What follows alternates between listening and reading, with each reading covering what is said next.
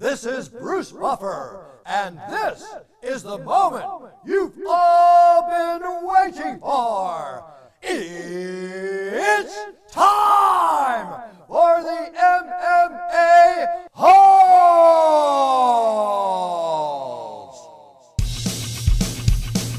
Mixed martial a-holes. MMA-Holes, MMA-Holes, MMA-Holes, MMA-Holes, MMA-Holes. You like to be a mixed martial a-hole. MMA-Holes, MMA-Holes, MMA-Holes, MMA-Holes, MMA-Holes. No way. From the Antelope Studios of Arizona, UFC Fight Week, Conor McGregor says line them up. He wants the Diaz brothers. We have MMA news. William the Nightmare Knight live with the MMA Holes.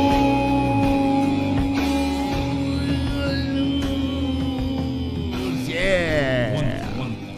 Oh, the mountains look gorgeous behind us as the sun sets and the holes rise on a Wednesday night. JBH, how are you tonight? Wonderful, wonderful, Moss. How are you? Wonderful.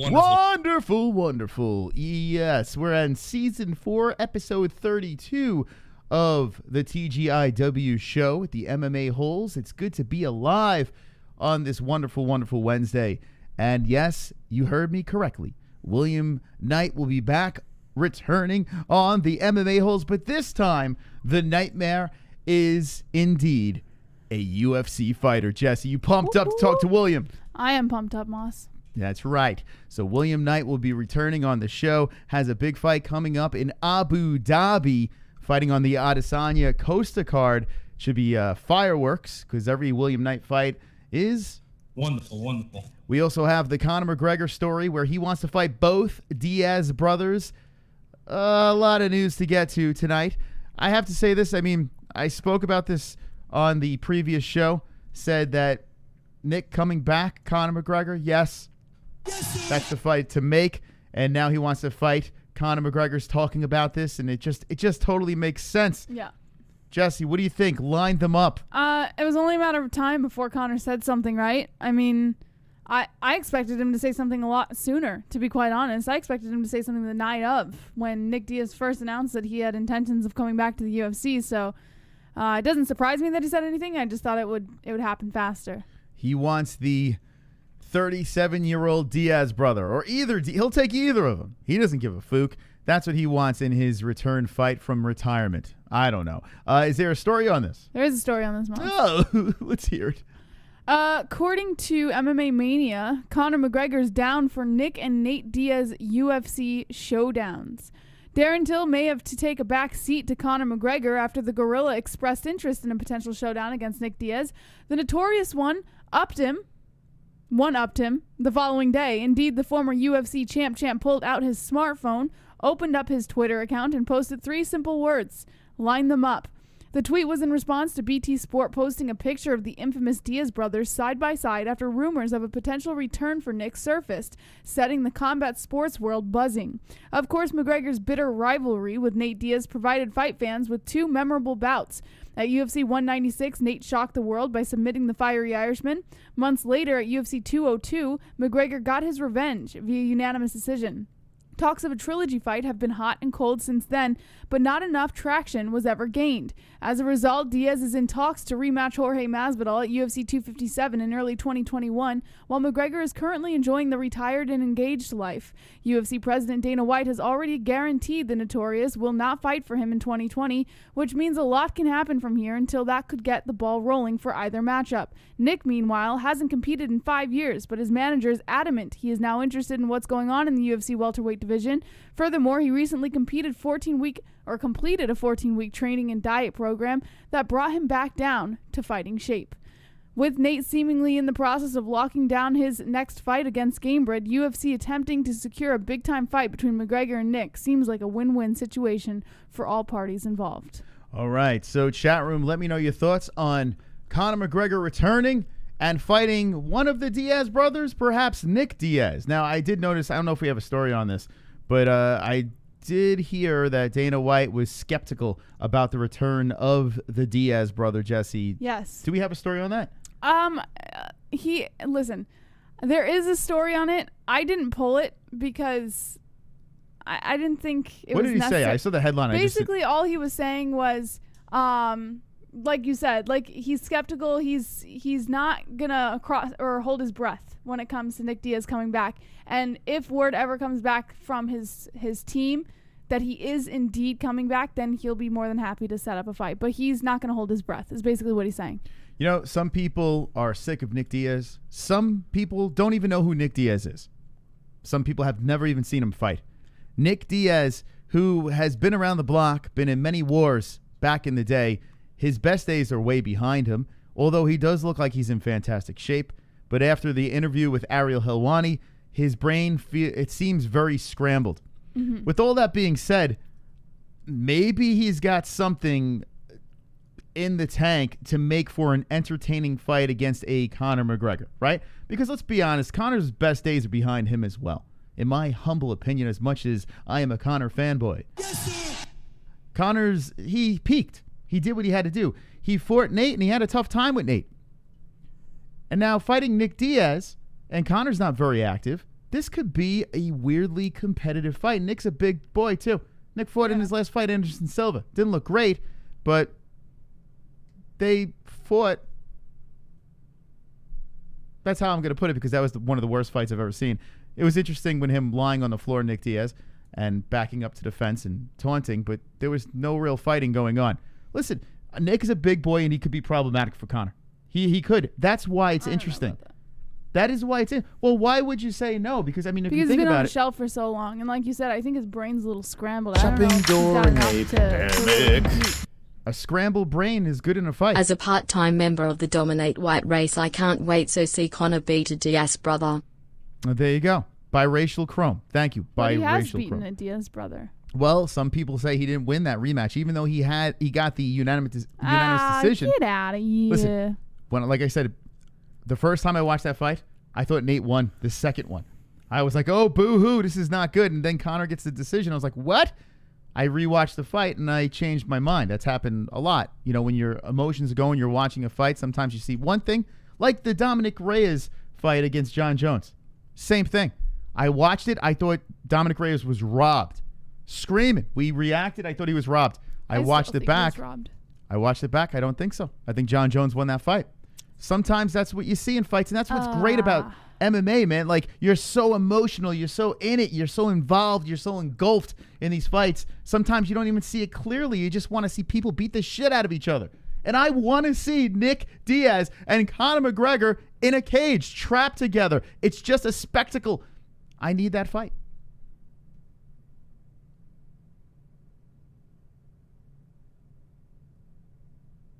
I wouldn't mind it.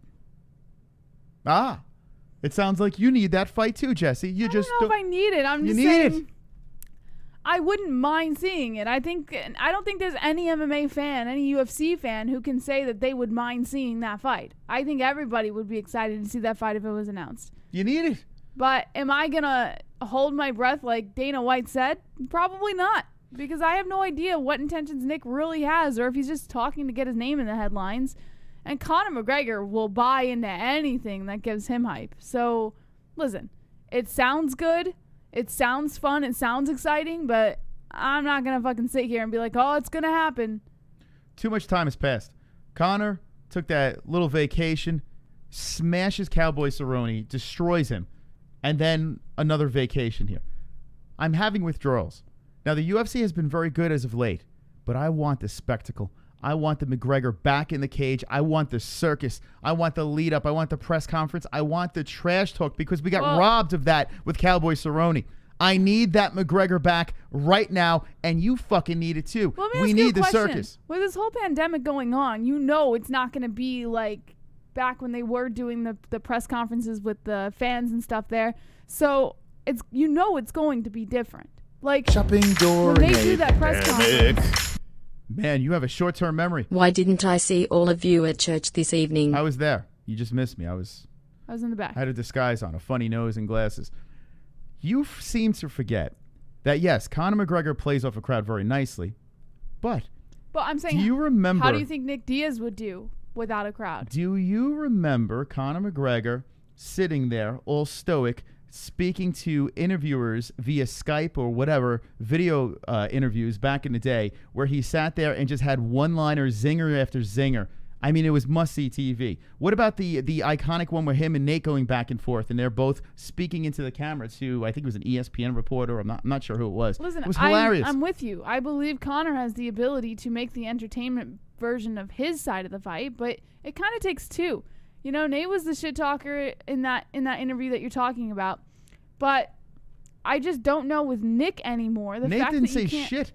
Nate was mumbling weird stuff, and once in a blue moon, something would pop out that would play off. So the fact that you can hardly understand Nick anymore, and it's literally going to be mumbling coming out of his mouth, and there's going to be nobody else to hype up the exchange. It doesn't matter. Conor McGregor doesn't need a dance partner. If he is going to talk shit, he's going to make it entertaining. Jose Aldo didn't even speak English.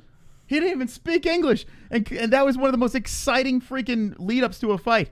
Yeah. Trust me on this. If we can get a shit-talking Conor McGregor back in the game and Nick Diaz is the guy to drag that back in front of my eyeballs, let's make it happen. Enough is enough. Nick, stop pulling my fucking cock and balls. Get back in the octagon. Get paid. Fight McGregor. That's the fucking fight. I don't want to see Conor wait around for the winner of Khabib and Gaethje. I don't give a fuck. Although I would like to see the fight, of course. I would like to see Gaethje. I would like to see Khabib, the rematch, of course. But let's be serious here. I want to see Conor now.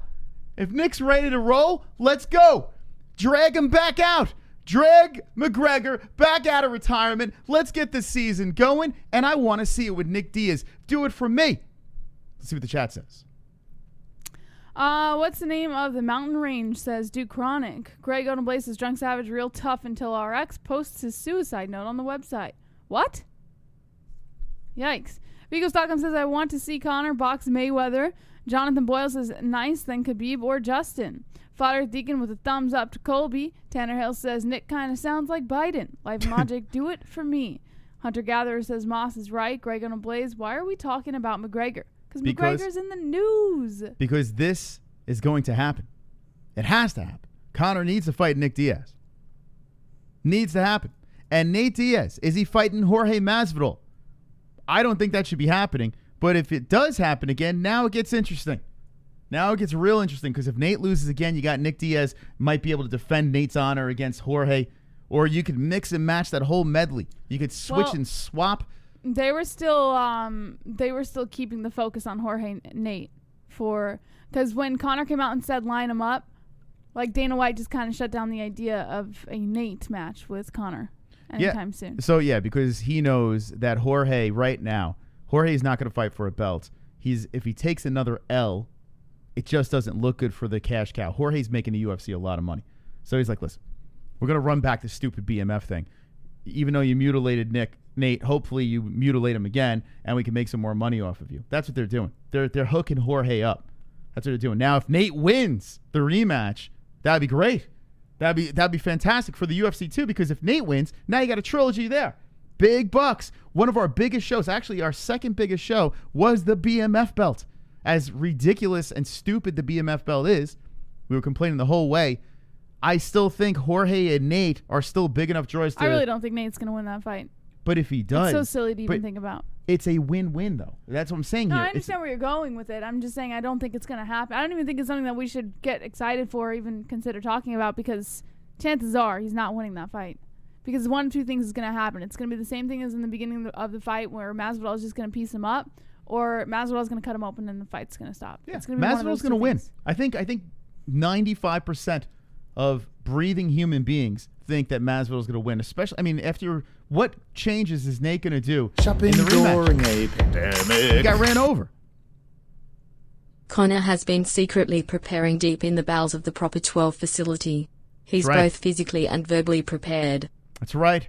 Mark, you know what's up. Listen, whether you love Conor or hate Conor, and I have to say this, I need the hatred for Conor again.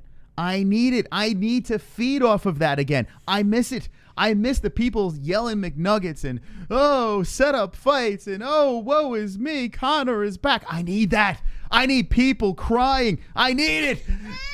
I need people crying about the return of Conor McGregor. So, Nick, get the fuck back. Let's go. TikTok people spy. Why you lie, number one guy? You got round eye. You math no good. I saw you Fuji live in hood. This has nothing to do with anything. Thank you, TikTok speaking no English. Appreciate that. That was a very nice donation. Look at him, Jesse. Look at him. He's running around with the goddamn Irish Secret Service. I don't even know where the hell he is. That doesn't mean anything. Look at this guy. This guy's ready. He's ready to return. He's ready to return. He could just be staying in shape. Conor doing what he does best, acting. Right now he's in Tuscany acting like a father and husband. Oof. If the matchup is right, he's back in the MMA dialogue acting like a fighter.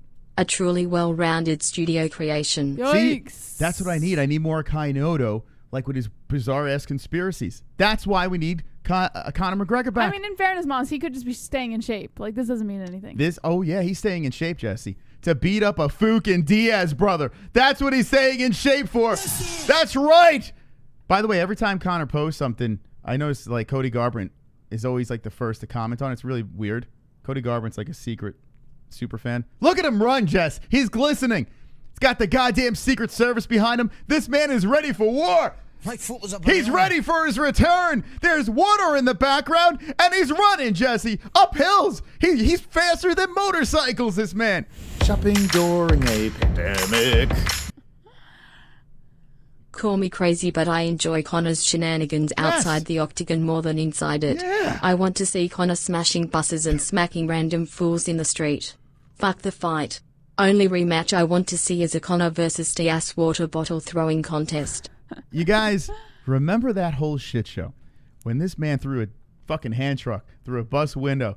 I mean, it was insane. It's absolutely insane. It was one of the biggest circuses of all time. Yes, it was a terrorist attack, but this man got in a private jet with his knucklehead Irish friends and flew across the fucking world to get to the Barclays Center to throw a hand truck, and it smashed into Michael Chiesa's face. It doesn't get any better than that. Think about it. This man threw a hand truck and it hit Michael Chiesa in the head. It's great. Fantastic stuff. Who the hell wouldn't want to see a hand truck hit Michael Chiesa in the head? You know? I mean, you guys are the people that are complaining, for God's sakes. Michael Chiesa got bashed in the head. How do you forget this? Look at him go, Jesse. Look, you think he's tired? Nope, not tired. He's putting his head down, pretending he's tired. Holy shit, look, he's sitting down. Oh my God, he's biting. He's a vampire. He's biting his wife's fucking neck. All right. Anyway, so I want Conor back. I'm done. Listen, UFC's been doing a great job. Great job. But could you imagine this? With everything going so perfect with the UFC, these beautiful events coming up. You got Khabib returning. You got Adesanya versus Costa.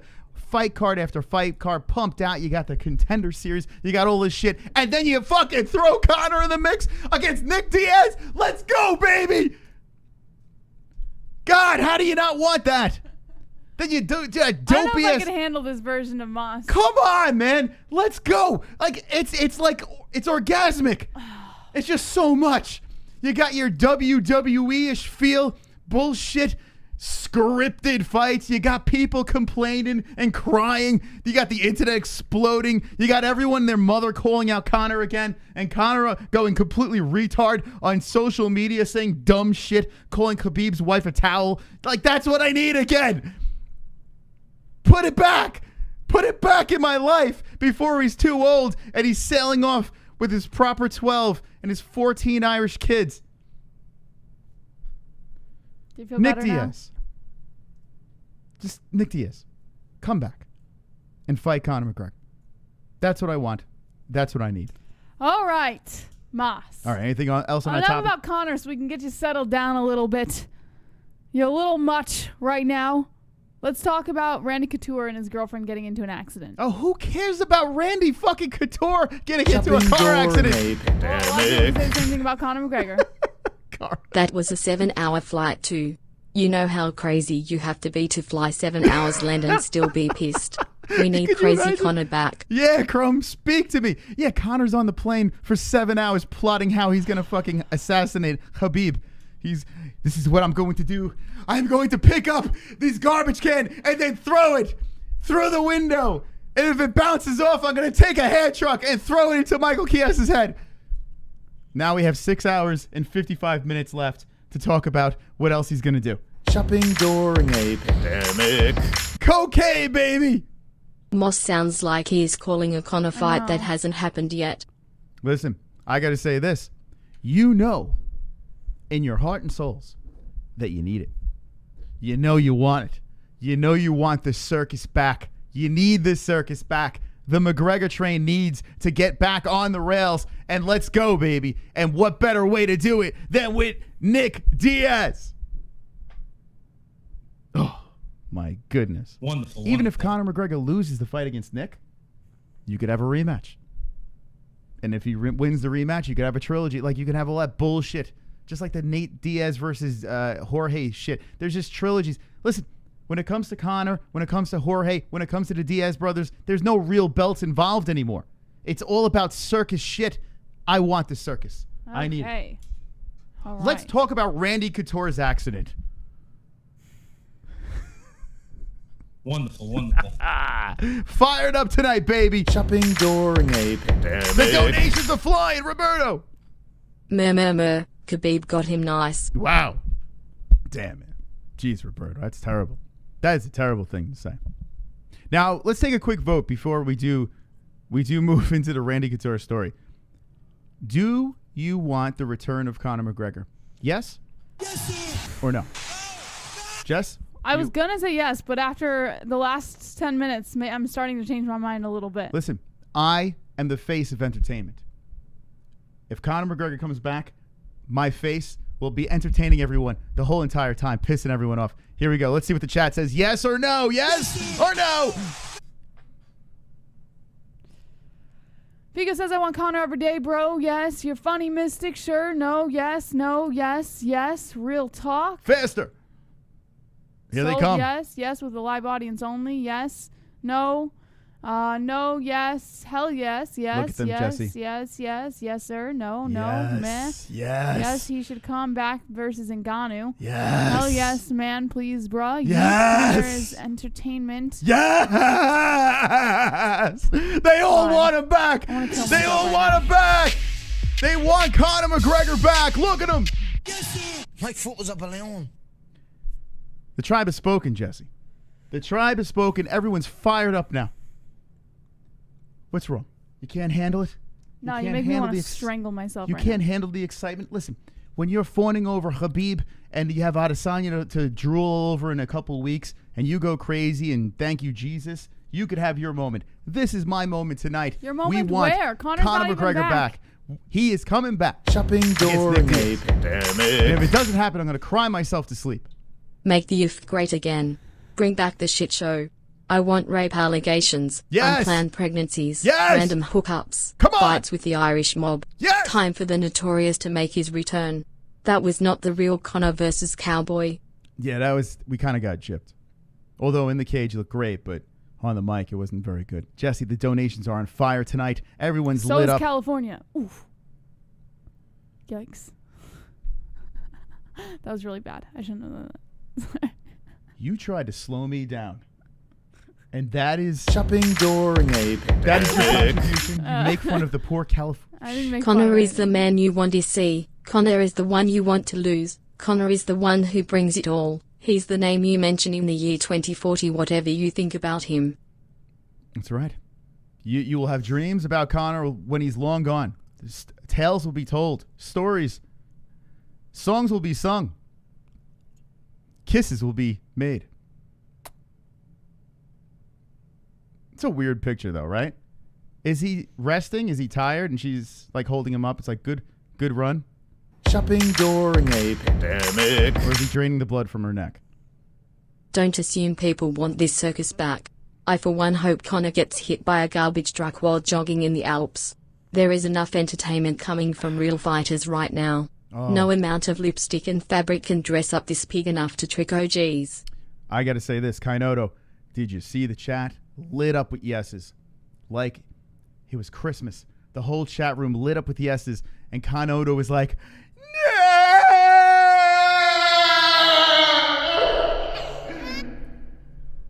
whether you like it or not, people love Conor. People hate Conor.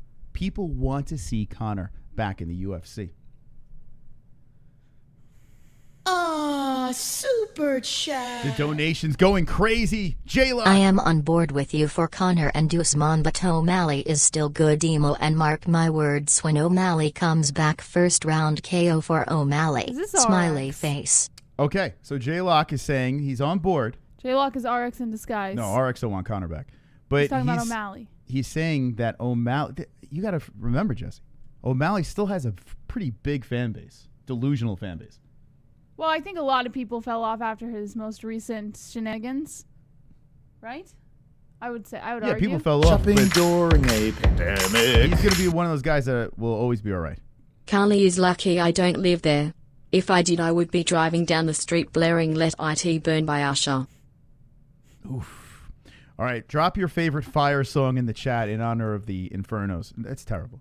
By the That's way, pretty we funny. do see the skies. This happens every year. Everyone acts like this is like a horrible thing. No, it is happens horrible. every year. It doesn't mean it's fine. No, it's not fine, but All right, let Come me on, ask you a guys. question. If there's a terrorist attack every year, it's like, it happens every year. No big deal.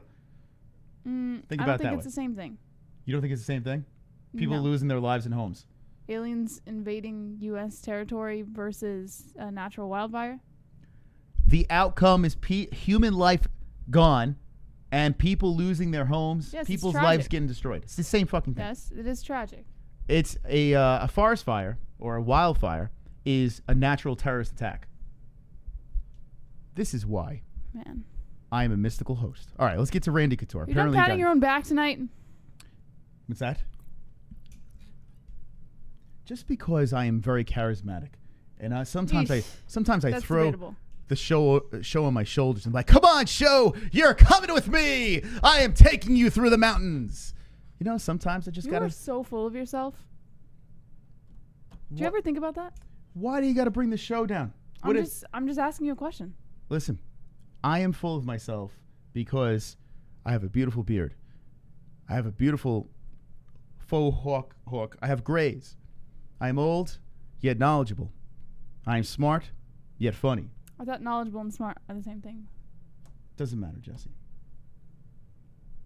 What are you, the Luke Thomas tonight? What's going on here? I didn't do anything. Shopping during a You pandemic. trying to bring it down like Luke Thomas? We have tornadoes every year in Oklahoma, but you don't hear anyone here crying. Well, yeah. But the wildfires might be a little bit more destructive. I don't know. Yeah. Tornadoes hit a little area and they No, they go don't. back up. They Wildfires destroy keep going. homes. Do you see the remnants of tornadoes states away? Do you remember Joplin? Oh, my God. Yes, Janis Joplin was a great singer. Give me a Randy Couture. Come on, Jesse. I Please. just I've called been dying all night. I want to hear the story in the worst way. Oy. According to MMA Junkie, UFC Hall of Famer Randy Couture and his girlfriend Mindy Robinson have been injured in an ATV accident. Maybe she fixed her forehead in the injury, Jesse. UFC Hall of Famer Randy Couture will undergo surgery Tuesday after he and girlfriend Mindy Robinson were injured in an ATV accident in Arizona on Monday. MMA Junkie confirmed the news with Couture's longtime manager Sam Spira, who provided the following statement. Randy Couture and his girlfriend Mindy Robinson were involved in a quad ATV accident last night. Shopping during a pandemic. The donations can't stop tonight. Laguna Beach, California is worth more than Oklahoma, just saying.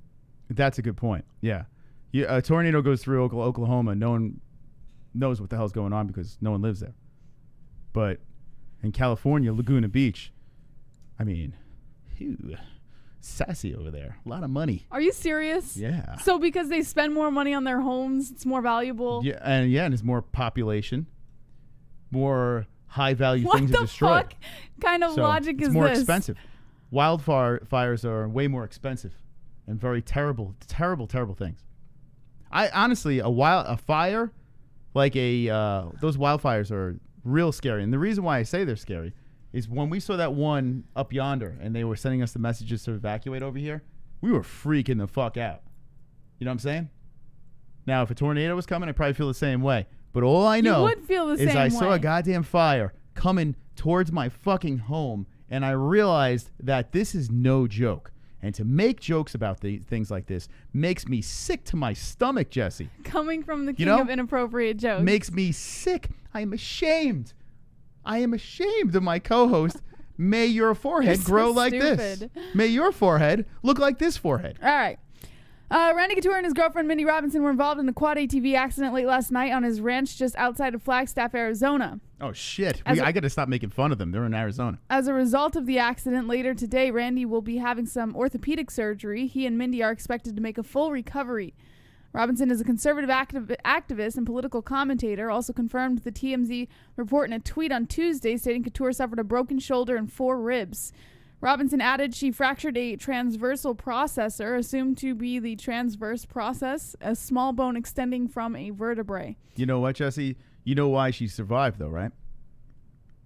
You know why? Why? Look at those built-in airbags. You know what I'm saying? Wonderful, wonderful. Look at this. That's why she survived. Built-in airbags. So, that's a little lesson to the ladies out there. If you got small ninnies, you better fucking fill those things up. You never know what's in store. Wonderful, wonderful. That's the end of that story. Oh, okay. All right, I'm glad they're all right. By the way, William Knight is coming on the show in 19 minutes. So we'll be having the Nightmare on the show, who won his second Contender Series fight on a big card coming up. Adesanya versus Costa. Shopping during a pandemic. To catching up. No more Madman McGregor, he's a good boy now. Greg's mum is so fat she stepped on a scale and she said, how does this thing know my credit card number? Greg's mom is such a hoe she made KFC a man. And that Carly joke was uncalled for, JBH. Shame. I agree. I don't give a fuck. Listen. I mean, sometimes we have to edit parts of the show out because of Jesse's insensitivity. But thank God I'm here as the heart and soul of just shopping during a pandemic. Sympathetic. If we have to subject it to Michelle Pereira leap around the octagon like crackhead after a bad hit, why not bring proper 12 back? That's right. Hell to the air. That's right. When Michelle Pereira and slapped his opponent, by the way, we put it on the community section over there. When that happened, it tickled me. It tickled me because seeing circus stuff like that makes me want the Diaz brothers back, makes me want the Conor McGregor circus back. I like that shit. On top of all these great cards, you throw in these circus fights, you bring Mike Perry, make him fight a bunch more, you know? Yes. Let's go. Yeah, I could care less about Michelle Pereira, though. You are the dark cloud of the show tonight. I'm just giving you my opinion. What do you mean, Michelle Pereira? You don't want any more of that? Nah. Boobies! Airbags! Hey! I can see your underwear, put your boobies in the air, flapping like I just don't care. Can I lick your pubic hair? Snap a picture, time to share. Joke my meat vision impaired. Filthy mind, I need a prayer. Pervert cameraman, beware. Pervert cameraman, show them tits. Pervert cameraman, $10 tip. Pervert cameraman, Yanni Celeste. Pervert cameraman, show them breasts. Boobies. Ants with the boobies. I want to see a new fight organization that has female nude steroid only bare knuckle fighting. Shopping during a pandemic. All right, I'm down. Water your lawn, you fucks, and maybe it will help stop the spread and stop throwing your weed ashes out the window. You know what? There was a fire that happened just recently in Arizona that happened because of a lightning storm. So they're not all man-made fires. There's a lot of fires that do happen naturally. A lot of fires, though, are started because of knuckleheads. Yeah, like a gender reveal party using explosive devices in the middle of a dry field. Yeah, I hope these fires go away soon. Yeah, every year we hear the same thing over and over again, and it sucks, man. Shopping during a pandemic. Donations on fire. Accident my ass. Randy is going to come out of this surgery with a pulled back face and a hairline. Whoa, boom. He's going to come out looking like Laura Sanko. All right. Thank you for the donations. You guys are killing it tonight. If you want to drop a donation, link in the description. 15 minutes until the nightmare comes all over the MMA holes. All right, Jesse, what's the next story? Dana White spoke on recent positive COVID-19 tests, saying we're doing everything right, but who knows with this thing. Now, I have a little bit of a controversy about the story, but I'll read it anyways. According to MMA junkie, Dana White isn't concerned with the recent influx in positive COVID-19 tests with UFC fighters. Speaking at Dana White's Contender Series post-fight news conference on Tuesday, White said that unlike other sports, the UFC has the COVID-19 situation under control and continues to take the correct precautionary measures. Observed cases have recently risen, such as at last weekend's UFC and ESPN Plus 34 card, which was brought down to just 7 fights. After weighing in, both Thiago Moises and Marcos Rogerio de Lima tested positive for COVID-19 and their respective bouts were scratched from the card. Brian Kelleher faced 3 opponent changes in the span of 2 weeks, initially scheduled to face Ricky Simone, who was forced out due to his testing positive for COVID.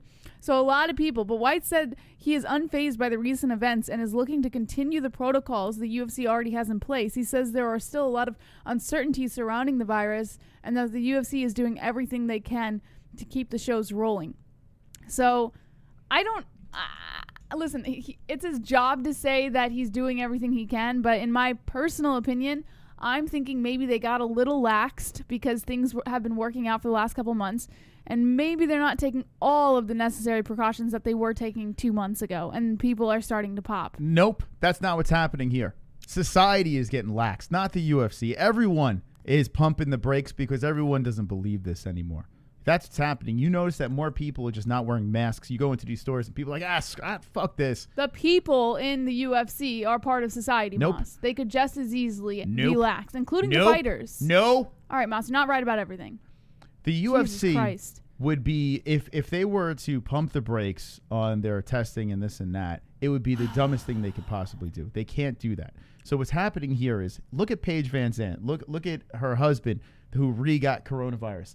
People are in general are just not Shopping caring, during including a myself. pandemic. Like, I don't care about COVID anymore. I'm starting to get. I want like, to whatever. see a new fight organization with nothing but 1970s movie kung fu kicks and punches, or with the sound effects.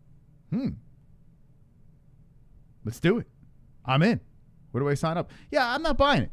Like, even you, right? Like, we're doing things that we weren't doing before. Before we were. I'm not. Before we were. Do you remember when we got Freshly and we got all this stuff? We were literally decontaminating everything. Like, everything we were just like, washing, Shopping during spraying, a and pandemic. Windex, and 409, whatever the fuck we were doing. Have never seen Dana with a mask on ever, but somehow a lot of his fighters have tested positive and he hasn't. What's going on? Remember Dana always getting sick on his looking for a fight show, but somehow he hasn't gotten this shit. He is the coronavirus. That's why. All it's missing is the little sticks coming out of his side of his head. No, but like, think about it. Everyone, you included, like, you used to spray everything, disinfect everything. Like, before we even consume it, you would start spraying it all, gloves, masks, everything. And now we're kind of like, Shopping during we don't have to a do any of that stuff. pandemic. That's what everyone's doing. I came out of hiding, I will let you all know more late. But I couldn't hide after hearing JBH's Carly joke. JBH, I used to think you were the CM Punk of MMA analyst. I was Yikes. wrong. You also are the CM Punk of comedy. That Carly joke stunk. Yikes. Oh my God. Everyone is so nasty tonight. Well, I mean, Including you. how? What are you talking about?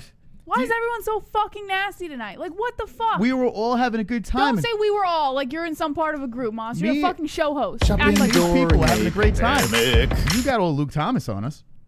you're being an Points idiot. JBH. No wait. Points Moss. No wait. Save the show. Arfuket. Here's $2 and MMA-Holes rock. Wonderful, wonderful. Wonderful, wonderful. Thank you, Mark. Appreciate that. See, even the donations are confused. Yeah, listen. Then sometimes jokes don't land with everybody, but some I people don't give a probably fuck laugh. about the jokes. Why is everyone being so nasty tonight? It's in your head. It's not in my head. Yeah, we're all It's fine. definitely not. Stop saying we're all. Like, you're part of some big, massive group. Listen, I have my finger on the pulse of the community. Listen to you. You're being so obnoxious tonight. Jesse, Christopher. it's okay. Everything's going to be fine. Oh, thank you. Appreciate it. Why are you so emotional, Jesse?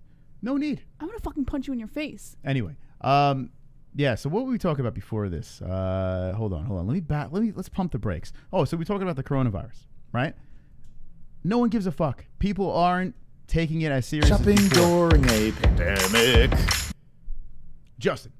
You are the greatest host, JBH, but you definitely went too far with the California joke. Shut the fuck up Hurts about my the heart to California hear joke, you people big joke about pussies. things like this. Jesus Keep up being the Christ. greatest show on YouTube. Shout out Alexia Lane, drunk Justin, flat. you're the king of getting fucking triggered by everything everyone says in the chat. So calm your ass down about a fucking joke about California before I jump through this screen and beat your fucking ass.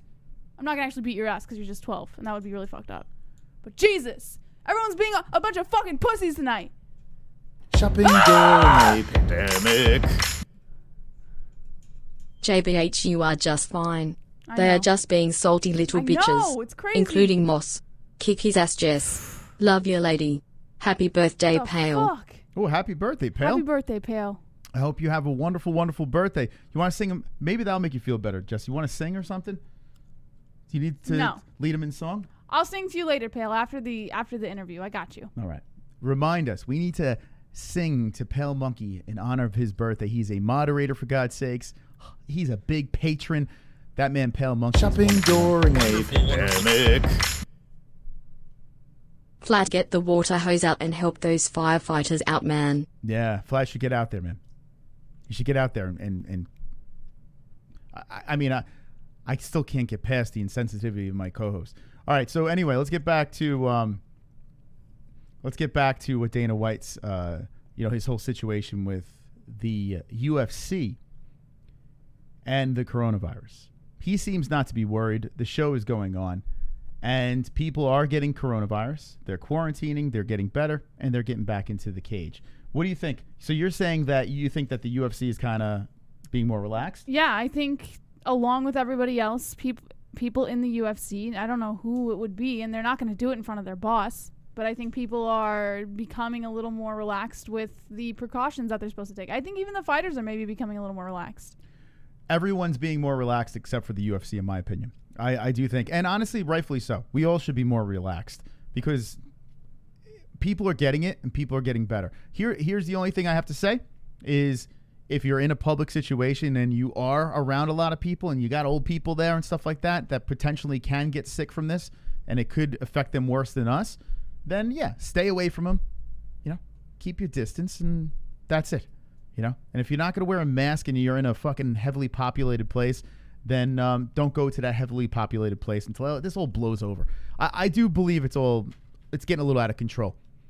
The election comes, and then the virus will miraculously fall off the face of the earth. But anyway, the good news is these fighters are getting better. I saw Paige Van Zandt did get sick. What's she doing with bare knuckle? Yeah. Did she say? No, I have no idea what's going on with her with bare knuckle, but I know her husband ended up getting COVID for a second time, and then she ended up getting COVID. But then she said she tested negative when she tested for it. She said she tested negative. Oh yeah, that's right. She tested positive for retard. So yeah, we can't talk about Paige. All right, so I don't think it's a big deal. During a pandemic. We still got great fights. Healthy fighters. Would definitely kick my butt. Him not a fighter, didn't mean to be harsh, just hurts my heart to hear people make jokes about the tragic situation that California is in. I agree. Chris and JBH, #1 host in the world. Sometimes I think people just push jokes, try too hard. I agree, man. Fuck, Justin. Look at where you are. Look at the name of the channel. Holy shit. Sometimes you're just a little too insensitive. Moss makes an insensitive joke and he's the king of the world. Jesse makes an insensitive joke and all of a sudden she went too far. You know why? Calm yourself. Jesse? Shut up, sometimes you just have to have a heart. All right, let's get another story. Whoa, eating on the job, are you? Now your face is on fire. Calm By down. the way, this is part of the wildfires over here. Hopefully it goes out by the end of the show. It's getting a little hot in here. Insensitive. All right, next story. Shopping during Oh, a shit! pandemic. Hi everyone, first time donating. I love the show, I set my alarm to watch it. The chat is also so much fun. But that Carly joke was awful. Hope everyone has a great night. You have a little teardrop coming down your eye right there. Got someone calling Maybe now. I you don't know. should. This might be William. Maybe you should clean that up. I don't know. I'm Grant. not sure. Right there. Thank you, Grant, and I agree. But listen, if we all agree, if we all like Shopping during a pandemic. D-Rest. The UFC has to continue with the masks because the state, local and federal agencies won't shut them down. They have to keep the fear going for a while longer. I'm with you, Jesse. They should stop with the corny jokes and come up with better ones. Okay. There you go. All right. Thank you, D-Rest. Appreciate that. And thank you, everyone, for donating. Very generous and wonderful, wonderful. Wonderful. William will be coming on in 5 minutes. Let's squeeze one more story in. And this man, I am looking very much forward to watching on this card, right? He's the co-main event of this card. Justin Jr., shout out to Justin Jr., just interviewed this gentleman. And I still have to listen. I dropped a nice little comment, but I still have to listen to the interview. I'm sure it was wonderful. Wonderful. But give me the story. Common Worthy explains the risky fighting style, saying, I'm not a DJ. Shopping I don't give a fuck during a about records. Oh, pandemic. hold on a second. Chrome's like, shh, it's time to donate. At least with fires there won't be any more mosquitoes flying out of Magic Johnson's crib. That's true. I mean, AIDS, mosquitoes, no one's really... Oh, that wasn't too insensitive for you, Moss? That wasn't too insensitive? Magic Johnson's fine. Yeah, it wasn't too insensitive, that joke, Moss, with all the fires? I thought it was very Your funny. feelings weren't hurt? Okay. I want to go back to reading the story now, Moss. All right. Don't hold your breath. If you're waiting for Common Worthy to change up how he approaches fight night, Worthy is currently in the best stretch of his professional career, having won 7 consecutive fights, including 3 straight by knockout or submission. His last 2 wins have come in spectacular UFC performances. He made his UFC debut in August of last year on less than 1 week's notice and knocked out Devontae Smith inside of a round. Then he followed that up with a 3rd-round submission of Luis Pena. The Death Star meets Otman Zaitar this Saturday at UFC Vegas 10, and he plans to bring the same aggressive approach to this matchup with a fellow fight finisher. For Worthy, it's all about creating a lasting legacy. Matty C. I'm sorry, JBH. I shouldn't have said you were the CM Punk of jokes. Is there a worse that? I apologize to CM Punk. Thank you, Manny. I appreciate your compliment. Thank you for the $2. Wow. Damn. It's getting hot. Well, you're not. You're only provoking it, so.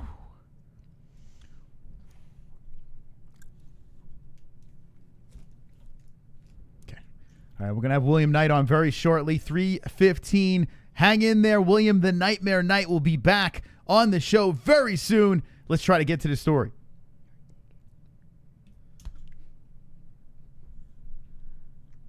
While Worthy has his fair share of finishes in his career, all of his losses have come inside the distance. He sees this as a byproduct of his mentality and points out that some of the most memorable athletes of all time are known for more of, or for how they fought rather than whether they won. Saturday actually marks the 3rd date on which Worthy is expecting to fight Zaitar. The two were booked for a card in April before the UFC schedule was thrown into disarray by the coronavirus outbreak, and later both fighters announced their matchup has been rescheduled for September 5th, before it was pushed back a week. According to Worthy, it was due to an issue on Zaitar's side, though Worthy didn't specify exactly what caused the delay. All right. So make sure you tune in to watch this gentleman fight. This card popping up this weekend is not the greatest card, but he will be involved in Fight of the Night. Mark my words. The guy is wonderful. We'll talk more about that fight after William Knight appears on this show. Now, if you don't know who William Knight is, well, leave. No, William Knight has basically, we grew as a community, a podcast, a show, as William Knight grown as a fighter. This man has blossomed into a UFC stud. He is 32 years old, in impeccable shape, knocking fools out, 8-1-0, and is fighting on the Adesanya card. That is happening in Abu Dhabi. Now, let me pull up, let's see, his next opponent so you can see who he's fighting. Okay. All right. Hold on a second. There he is. There's the Nightmare. Let's scroll down over here, and he's got Alexa Kamora. Yeah, there we go. This gentleman over here who has one fight in the UFC already after his Contender Series fight. This guy's pretty good. 6-0, young, flashy fella. We'll see how this goes down. A nice introduction to the big octagon cage. I'm curious to see what William thinks about the big cage, after performing inside the Apex smaller octagon. Get your questions in the chat as we call up the Nightmare. Jess, you pumped up, ready to talk to William? I'm ready, Mus. Okay, here we go. Let's give him a ring. Let's give him a holla. Now, make sure you share this stream, like this stream, and we're going to pause the donations. If you do have donations coming in, we'll play them at the end of the interview. Scoozy. All right, let's get William on here.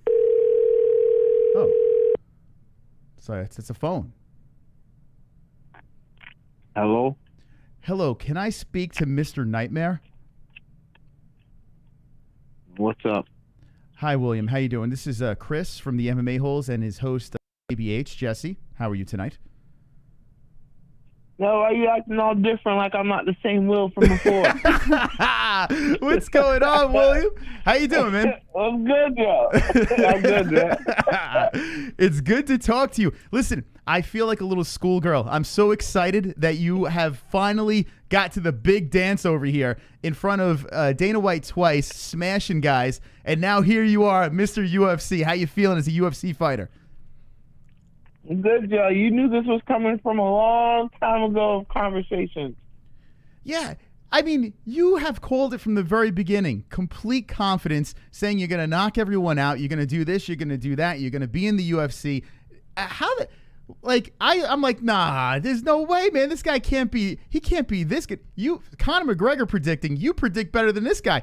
How do you have this mystical power? Yo, I go in there with a mindset. You got to speak it into existence, man. Manifest what you want to do, yo. Just like how you're doing these podcasts and doing this MMA stuff, talking to fighters, getting the inside of them. You manifest that. You went from being just normal local shows to talking to high-level elites. I see you doing things. Trust me, I see. That's right. We are the best MMA show out there, William. And now we have the best fighter on the show. Look at that. We collide. I know, I'm pretty sad John Jones ran away, but nothing wrong with chasing somebody down.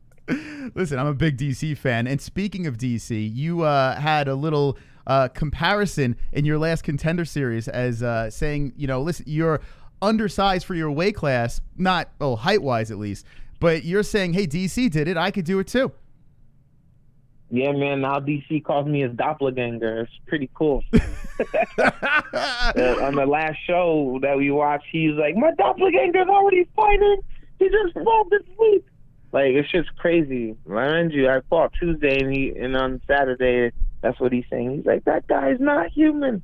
So it's like you sit here you got these high-level dudes, not just bigging you up, but they recognize what greatness is, You are a freak of nature. You really are. We've seen, when I was watching you in Premier FC, and you would be knocking guys out. I saw you slam this guy on his head. I was like, how the hell did you lift this guy up and bash him on his head? Then you start doing flips and splits and all this stuff over here.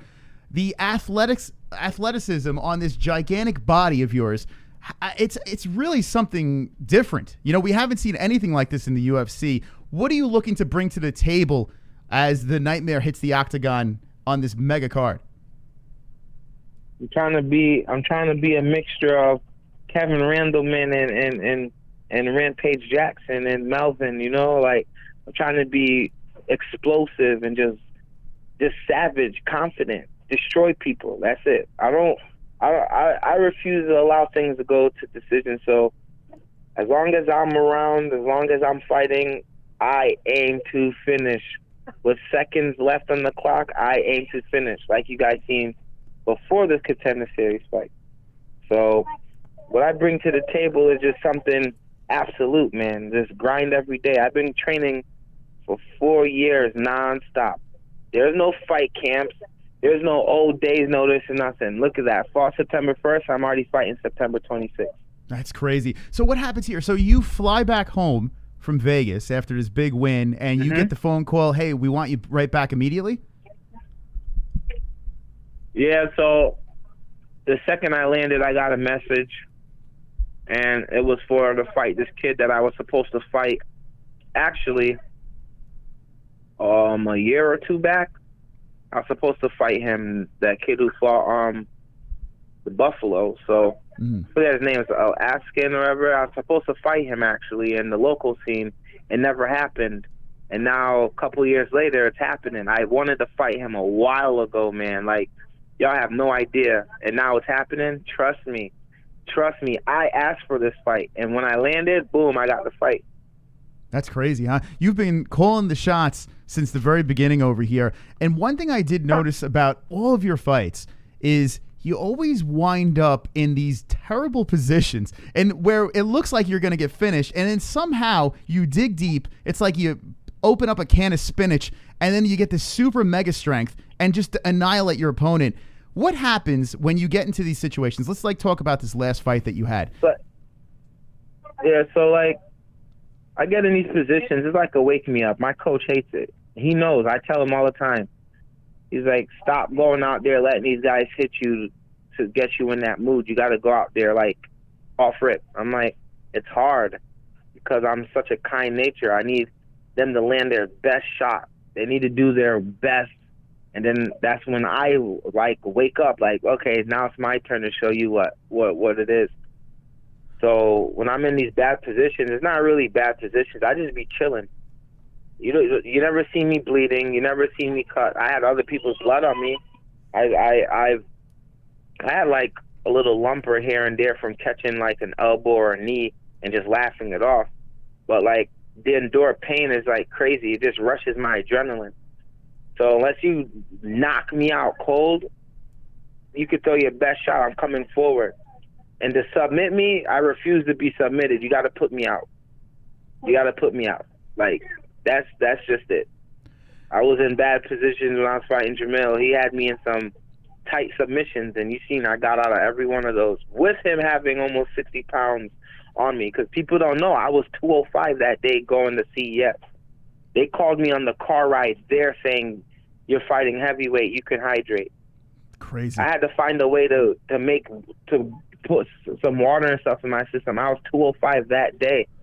And so the commission would pass the fight. I started drinking water and trying to get fluids in my system. So when they were like, oh, you were only 47 pounds. No, I was 205 that day because when they called me, I just finished making weight.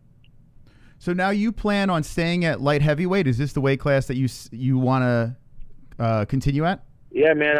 I try to go lower, and it's just difficult, man. My muscle mass doesn't allow me to get low. I got big legs and all this other stuff. So I tried it. I got to 198, but I look like Conor McGregor when he fought at that low weight class and look like a fucking skeleton. I can't do it. It's unhealthy, and what's broke, don't fix it. What's the difference between fighting at 185 and 205? Fighting the same guys anyways. Not really much of a difference. I feel like the 185ers are a little faster and taller. So now with this last fight that you had in the Contender Series, your second appearance there, you go in the first time and you get the job done. They give you this developmental deal. You have a couple of fights. You come back in over here completely confident, and you hit the scale. And I have to say, I was very nervous. I saw that you had a little bit of a difficulty here. What was the difference cutting weight this time and for previous fights? So there was no difficulty because, believe it or not, I was still pissing when I was cutting weight. I was still pissing and everything else. I was still hydrated. The reason why that happened, because in Connecticut, the 3-hour difference compared to Vegas, and my alarm did not go off. That critical mistake made me miss weight. So I knew when they gave me that hour. I knew when I was close to it, I just went the way, and I knew they were going to give me the hour because I was right there. And I knew that when they tested me out, they're going to see that I was hydrated and I was able to cut more and came back on weight. So it was literally just time. When you hit the scale, you knew right off the bat, hey, I need a little bit more time here. So it wasn't like a surprise or anything like that. No, I knew I was going to make 205. I could have got lower. I was still pissing. I believe after I went upstairs and cut a little more, I went and pissed and I was 206. Literally, I had to, right after I weighed in again, I went and pissed. I could have made even lower. Like I said, like, and that sauna is new. I'm not used to that sauna, so I didn't know how to approach that portable sauna stuff, but I made weight, man. How is the Apex Center? I cut way more in less time, trust me. We're live with William the Nightmare Knight at SSJ_Nightmare, 8-1-0 professional fighter fighting on the Adesanya Costa card. Looking really forward to that. Abu Dhabi. We're going to get to that in a second. But how is the Apex Center? Like, the facility looks beautiful, you know, through the videos and everything like that. When you phenomenal, bro. Like, it's phenomenal. Like, the first time I went there, it was like, okay, cool. But the second time I went there, they added stuff to it due to the situation at hand, the COVID. So they added stuff to it for us fighters. That place is fabulous, man. Like, it just gets better and better. Like, I think people can live there if they wanted to. Well, it doesn't, like, Francis Ngannou, didn't they grow him there? I think that's what happened, right? They grew him in a test tube over there or something like that?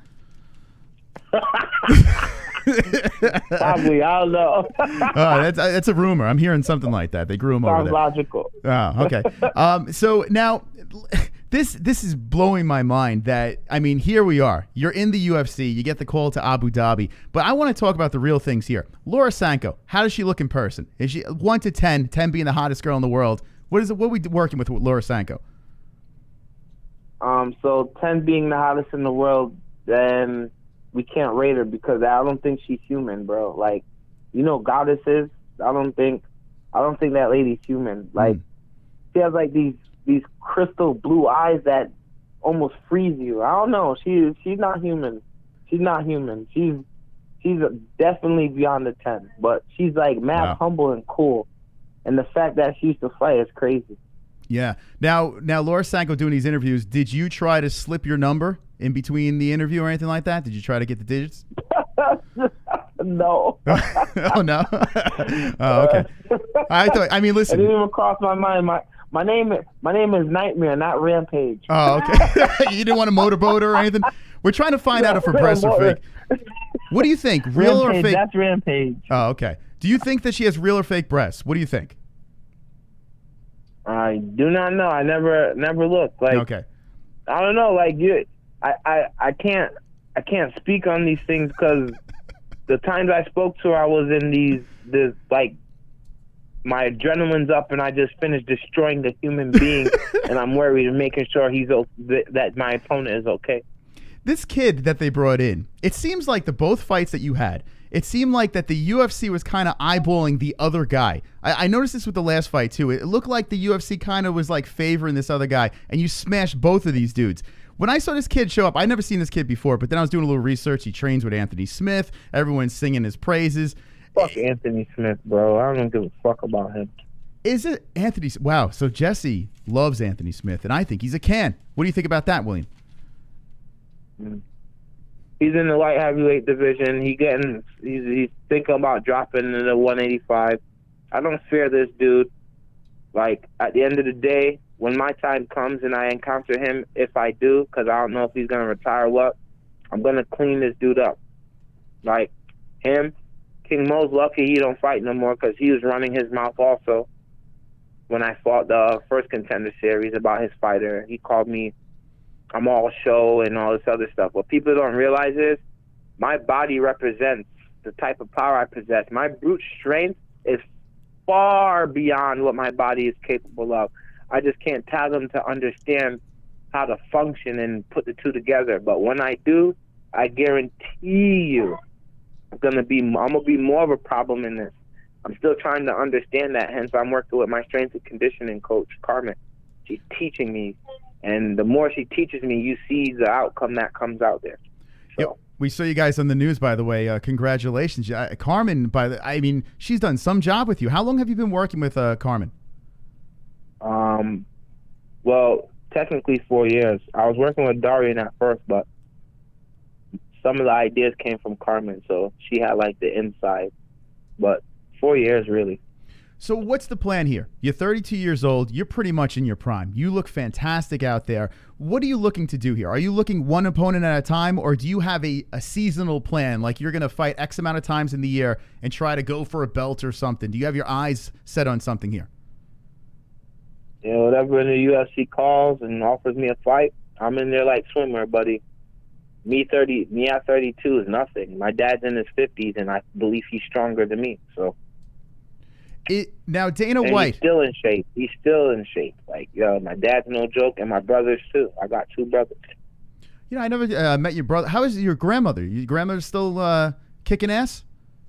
Yeah, she's still fighting this thing and kicking ass. Like, I'm grateful for it. Like, she has a stubborn soul. I'm not saying she's stubborn. She has a stubborn soul. I don't think she's gonna allow this thing to defeat her. Wow. Now, your grandmother, I mean, I know she's a big part of your power here. It seems like I remember in Premier FC, I had the pleasure of meeting her that one time. And I got to say, man, it was emotional. It was incredibly emotional seeing your connection, your bond with her. Is she the driving force when you're fighting? Is she what powers you? Yeah, man.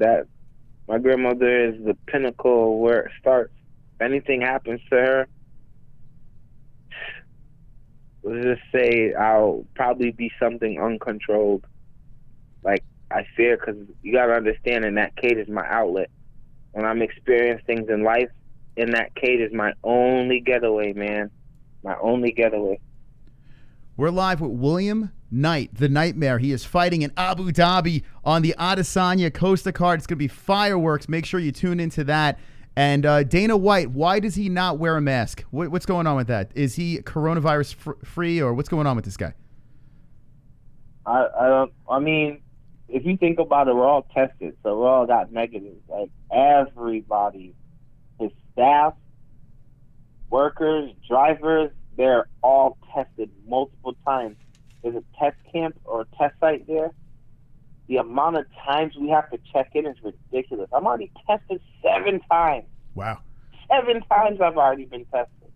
So what's happening? The fact that he's doing this and people not understanding, like, that's an expensive situation when you're testing 10 fighters multiple times.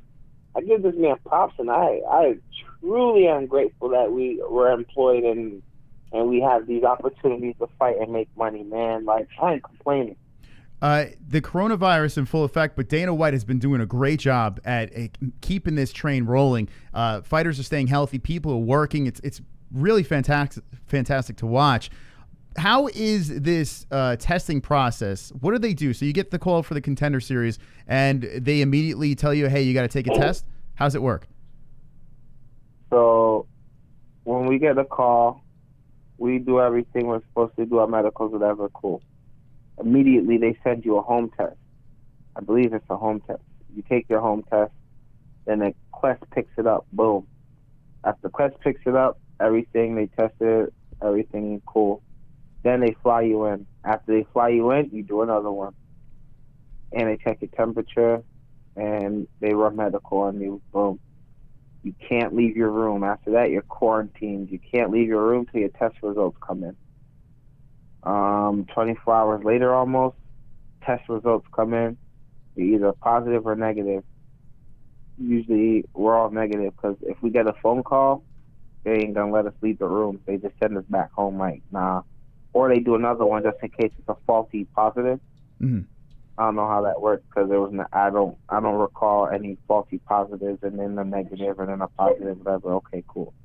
So after that, they bring us down, they take our temperature, and they literally keep us like quarantined. We're in the car, right out the car, and they literally walk us like a little bubble. We're not able to go nowhere, nothing, to where we have to go, do what we have to do, and then it's back to the hotel room. Literally, we got our mask on at all times. Everybody has their mask on. I see people with these backpack things. They spray everything down. Like, it's crazy. I feel like we're in a twilight zone, but that's the measures he takes to make sure we're good. Spraying down the hotel rooms, the bathrooms, the weigh-in area. Like, oh, it's crazy. But I respect it, man.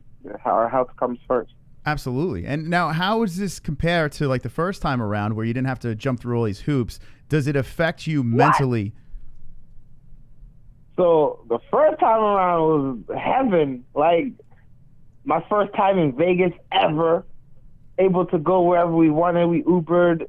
I went to go see Crew Pete, my coach's coach, or however you want to put it. So he's like the beginning. So he's my coach's coach. Like, you gotta understand. Like, imagine meeting the guy who taught my coach. Woo! So we were able to go to his house. We were hanging out. He was talking to us because I heard he trained a lot of UFC fighters, actually. Like, I think he got Todd Duffy ready for one of the fights that he had recently, his last fight. But all in all, like, I was able to do that, able to go get food. We were able to walk the premises, walk down the Vegas Strip, go out to eat, things like that, fight, no worry. But now, you can't even blink or sneeze without them looking at you like it's scary. Man. You know how you watch a zombie show and all the zombies are going one way and they hear one sound and they all look at the same thing at the same time? That's what happened. Man, it's crazy, huh?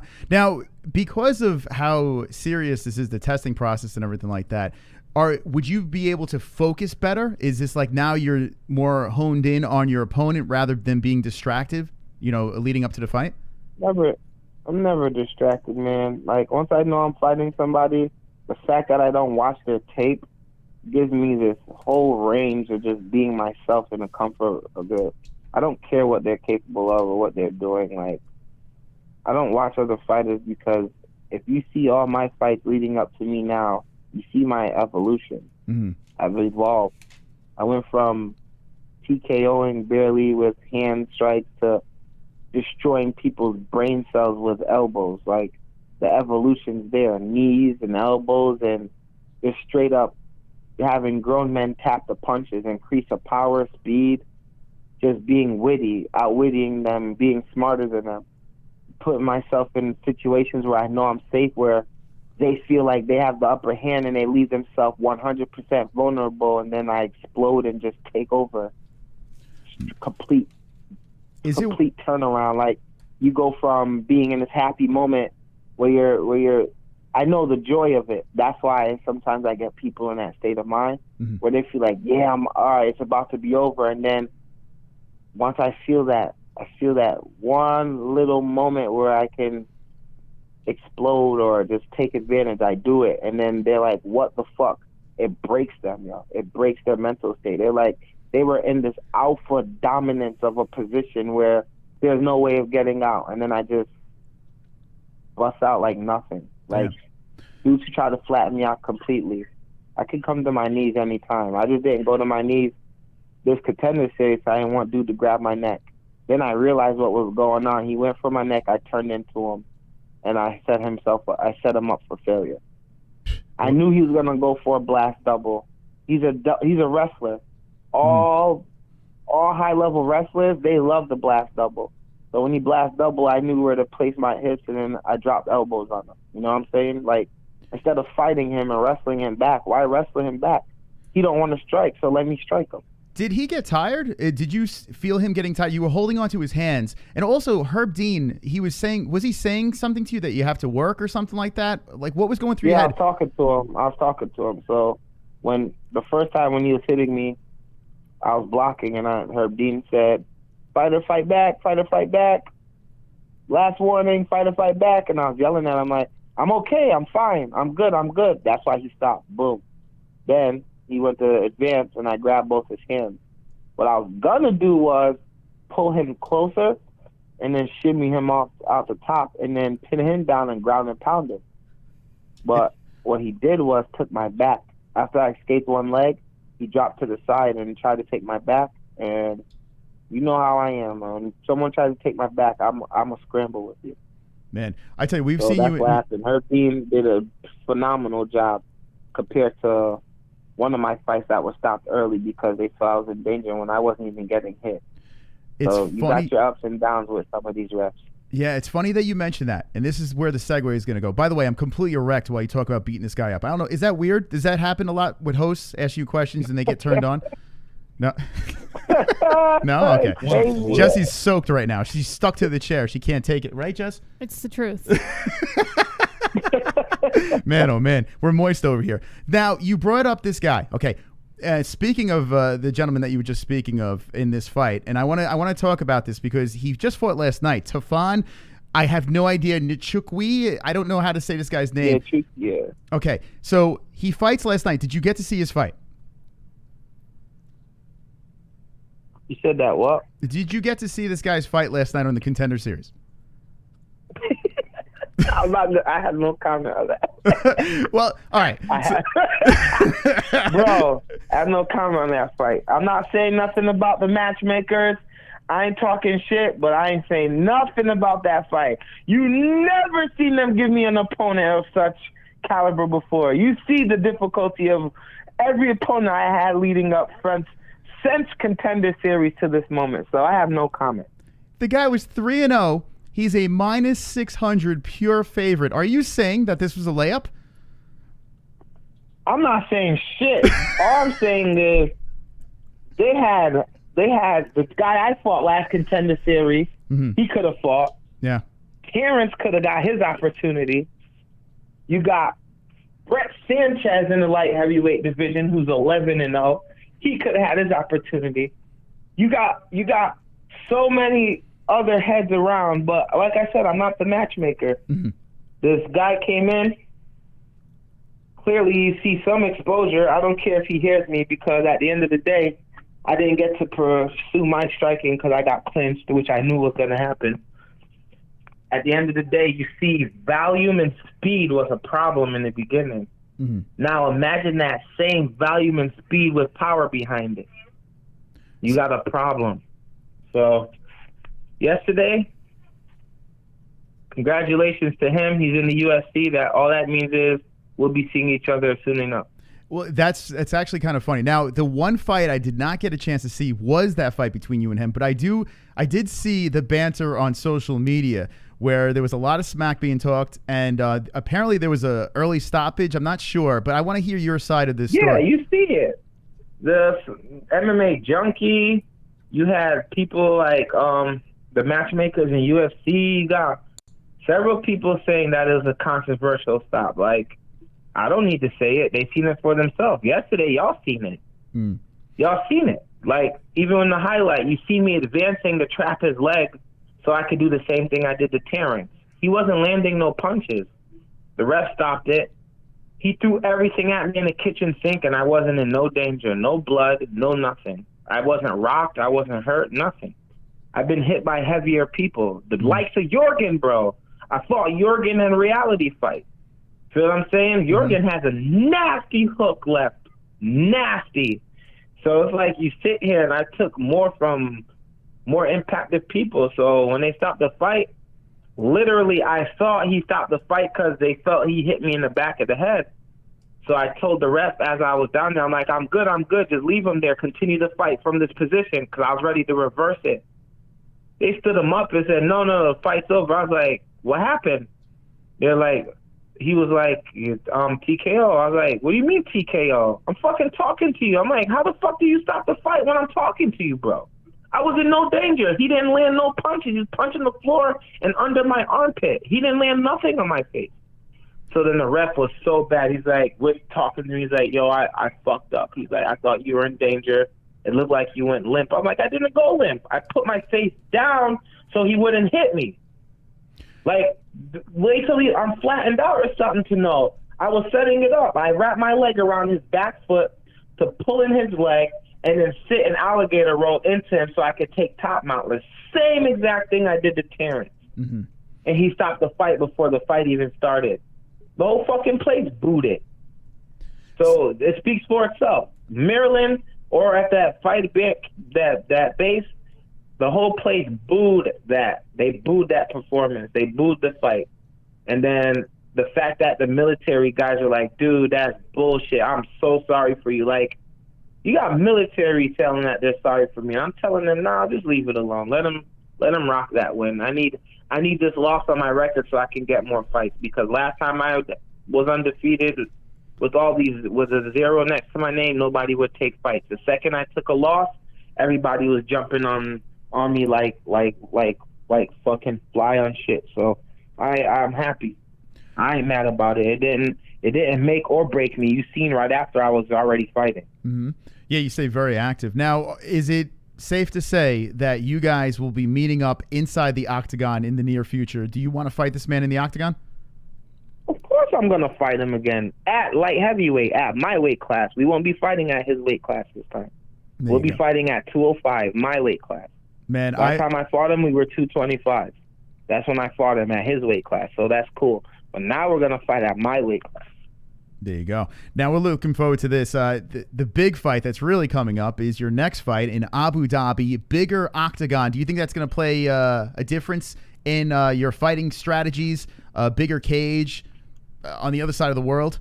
I mean, don't get me wrong. Since Premier, New York Fight Exchange, Reality Fighting had a big cage, but Premier and New York Fight Exchange had a decent small cage, which allowed me to just make do with my opponents. Reality had a big cage, so I have experience in a big cage, but I don't think it's going to really matter what size the cage is. I'm just going to stay on my opponent like I usually do. I'm fast as fuck. People underestimate my speed.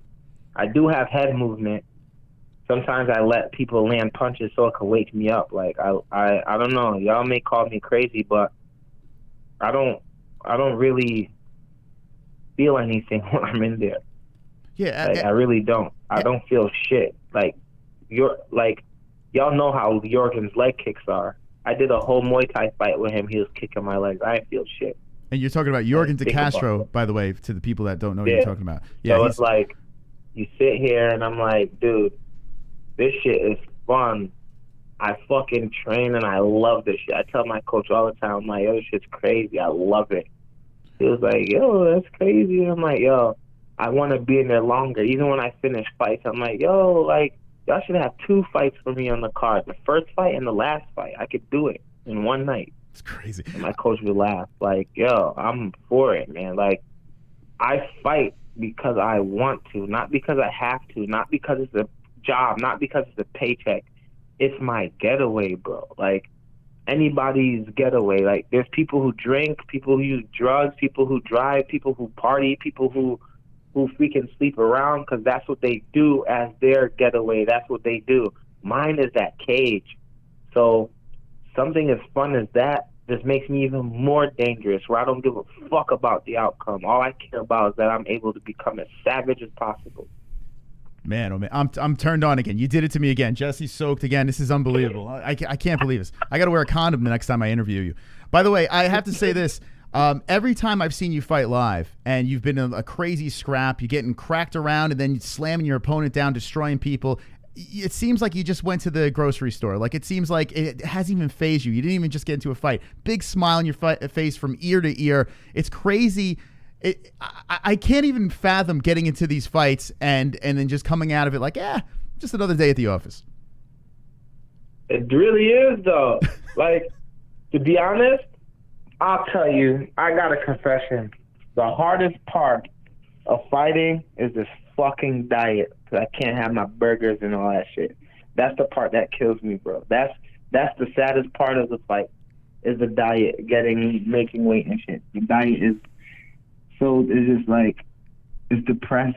It's a depression. Like, imagine making a little money and you can't even buy things that you want now because you got to buy chicken and broccoli and brown rice.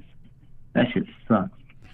We're live with William the Nightmare Knight, talking about his diet being the hardest part of the fight.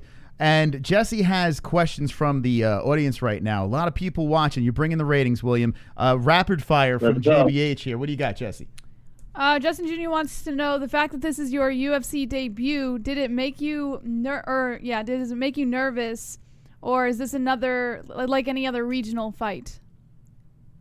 I mean, if you think about it, I fought in front of Dana White twice. So this is just another fight to me. It doesn't make or break me. UFC, no matter what branch it is, like, I go in front of audiences I don't know all the time, and now there's no audience, so it's not. It's gonna be. Oh man, I'm gonna be even more comfortable. Alex Lovell wants to know, after you win this first fight, who do you want next? I didn't think about that, actually. I wanted this guy because he kind of fucked up the way for the New England fighters that we had. You know, I gotta avenge somebody, you know? So whoever they give me next. Ooh, damn. I don't even remember the dude's name. There was somebody, actually. He's like 9-4. But I don't remember his name. But there is somebody. You'll know when the time comes. I'm looking to get on that November 28th card after this one. Staying active. Kainoto wants to know, would you ever consider dropping weight class? I can't. Like, the consideration behind it, you got to understand I come from being 297 pounds. Mm-hmm. And then you guys see, like, I get close. It gets close when I cut to 205. Right. I could diet as much as I want. The first Contender Series, I literally dieted down to 205. That's what my body looked like. Like, that shit was ridiculous. People were like, Michael Bisping is like, this is not a body competition. He's gonna gas out. Oh, he's not gassing out. Oh shit, where did the flying knee come from? Even my opponent was asking. I'm like, dude, this is just how I look. Yeah, I can't help it. I'm 5'10", by the way, guys. I'm not tall. I'm 5'10". So 5'10", 220 pounds walking. Well, speaking of your weight class, Drunk Savage wants to know if you plan on moving up in weight classes to become a double champ then. I mean, I'm in like a, what do you want to call it? Like a hot place. Like 205 works, and anytime I go up, it don't work. So it's like every time I go to heavyweight, it's not there. So 205, I believe, is my weight class. I heard them talking about a 220 weight class years ago, and it never happened. That would have been a nice little weight class to fight in also. 205 and then the 220, I would hold those two weight classes down. But I have DC structure. I don't have his caliber wrestling, so I'm kind of just content where I am at 205. Would you consider adjusting your wrestling game down the road in your UFC career to be like DC and moving up to heavyweight to do that? I'm way ahead of you guys right now. I've been grinding my wrestling, I'm just sad that these wrestling tournaments got closed down because of COVID. That's the reason why my wrestling really slowed down. But I got my wrestling coach, my grappling coach. He's been on his P's and Q's with me. So gotcha. I know Moss already touched on Alexa, your next fight coming up. But Justin Jr. wants to know if you've seen any footage on him, and if you have, what's your game plan going in? No, I don't. So a big thing about me for the past 4 years, I never watched footage of my opponents. I don't even watch their fights. Really? If I happen to see you fight, like on the UFC card or a Contender Series, that's the closest you'll get to me seeing anything. And if I see you fight, it's not because I wanted to watch you, it's because I have to watch these fights before the main card. So, like, if I come across you, that's cool. But I don't believe in watching my opponents because the point of MMA is to evolve. And if you're going in the same fighter or worse than you were your last performance, you're destined to get destroyed. Right. Alex Lovell wants to know what your walk-around weight is. 222. 222. That is my walk-around weight, literally. I was 254 because of quarantine. Don't judge me. But, yeah, I got down.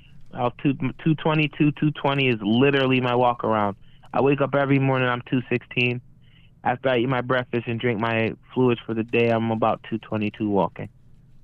Kainoto wants to know if you have the guts to shout out the MMA-Holes after your first UFC win. Ooh. Oh, I could shout out the MMA-Holes. That's not a problem. I got you. I got you. You know, we've been trying. I got you. We have a lot of friends that we've been lucky enough to meet a lot of people that are competing in the UFC. It's great.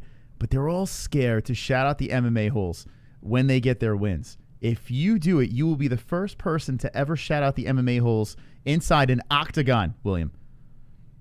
Well, I'm going to be the first person to beat this kid, give him his first loss. I'll be the first to shout out MMA-Holes. and I'll be the first from Connecticut to fight in Abu Dhabi. Yeah, baby, let's go! Oh shit, they're all screaming! Wow, they were going crazy right there. I like that, William. You got me fired up again. Sonosi wants to know if you could fight any fighter, regardless of rankings, who would it be? John Jones. What?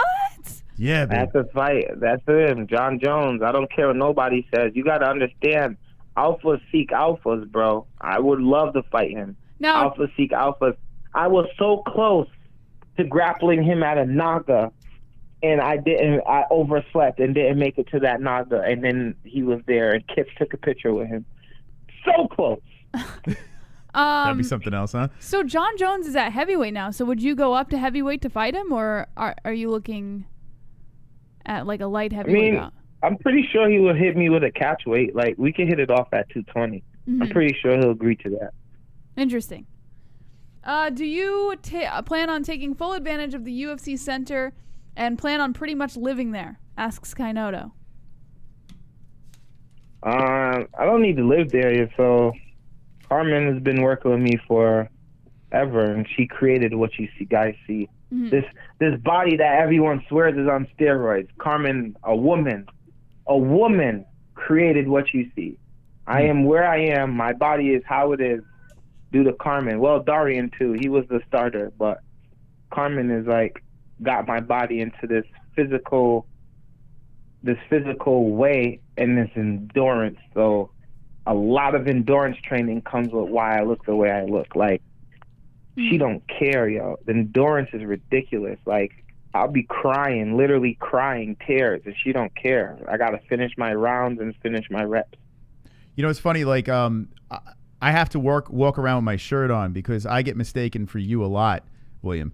So I have to keep my shirt on a lot. I mean, it's kind of crazy. It's uncanny, the resemblance between me and you. So, I mean, you're in the UFC now, so I'm just going to be respectful and keep my shirt on, okay? You're good, man. Let him. I need my doppelganger. DC's got doppelganger. You could be mine. Right. Fair enough. Jess, you got anything else? Yeah. So Justin Jr. is someone who's been working on interviewing fighters and stuff like that, doing a really good job over there. And he's looking to interview Tayfon, hopefully later this week, I think, or sometime in the near future. Tayfon? I know. What? And he's looking to create some hype, some kind of spice, and he wants to know if you have anything to say to him during this interview. I'm not good at talking shit. Just like, congratulations and see you soon. He'll know what that means. Okay. He'll know what that means. Like, literally, before this, regardless of what the outcome is, because I don't have bad blood with people, I was hitting him up and letting him know, yo, go take what's yours. Don't let your surroundings be anything nerve-wracking. Like, yo, it's respect. Yeah, we're all trying to get there. So I hit him up. He's a young kid. He's doing the same thing for his grandmother, too. Like, I didn't know he's fighting for the same reasons I'm fighting for. We're actually literally almost the same. Like, he's trying to do good for his grandmother and some of his family members that are less fortunate.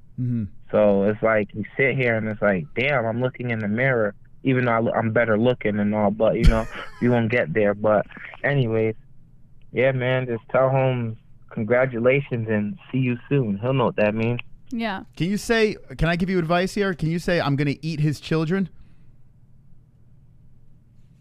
I mean, does he have children? I don't know. It just sounds like, a Mike Tyson thing or something like that. Or are you going to bite his head off or something? I don't know. All right, I'm trying to help you out here. All right, Alex Level wants to know, does the UFC guarantee you another fight if you do test positive for your current one? Test positive for what? So, like, say you test positive to fight Alexa, and you can't fight. Right? For COVID, yeah. Or steroids, whatever. Or AIDS. I'm like, test positive. I'm like, bro, I've been in the USADA test pool for 11 months, and I ain't positive for shit. But I believe what they did, even with OSP, I think OSP tested positive, and he fought, this Saturday at TAS, no? Yeah, he just fought. He tested positive for a week, yeah. So I believe, regardless to what, me and this kid were going to fight. If I test positive, they'll just probably redo it. I'll be on my 14-day quarantine, make sure everything's good, and they'll definitely redo it. Trust me. I'm fighting him. I asked to fight him. I wanted to fight him for a year or two now. Gotcha. Maston wants to know what your daily food intake is like during training. That's the questions that are lovely. So I do intermediate fasting every day. Whew. So Monday through Friday, I don't eat from 9 p.m. to 2 p.m. the next day. Every day, Monday through Friday. That's tough. Friday, I stop. Yeah, Friday I stop eating at 12 o'clock, and I don't eat till Monday at 2 p.m. So during the weekend, I do like fluids and a couple, like 1 or 2 shakes, and then I'll use my multivitamins, the gummy vitamins to keep my nutrition in my body. But it's also another way of training myself for when I do weight cuts and can't eat and drink nothing until weigh-ins. So from Friday, from 12 o'clock till Monday 2 p.m., I don't eat anything. I just drink fluids, or I'll get my sources and drink it. I won't eat nothing. So man, that's that. So I get protein and then put like a banana in it and then blend it up, and then I'll drink water, and then I'll eat like my multivitamin from Thorns from the UFC, or my gummy multivitamins to keep the nutrients in my body. Drink lots of water and just don't think about food. Chew gum all day. But from 9 at night to 2 p.m., Monday to Fridays, well, Monday to Thursday, really, I don't eat. So 2, 4, 6, and 8 o'clock, I do eat. And it's 4 ounces of chicken, 4 ounces of broccoli, and a third cup of rice every 2 hours for 4 days a week. And I wake up at 3 in the morning every single day, and I run 5 miles, and then I start my day with intermediate fasting, and then I start my day. Hence why I look the way I look, probably. That's crazy. I gotta be honest, it sounds pretty miserable. I don't think I would ever do it. Yeah, it is miserable. But the payoff it's miserable, is nice. But it's the I guess the payout is far greater. Mm-hmm.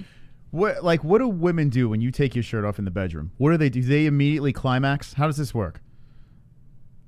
Yeah, it's unfortunate that's not the case. No. I mean, I would imagine when your shirt comes off, they have to. I mean, I can't.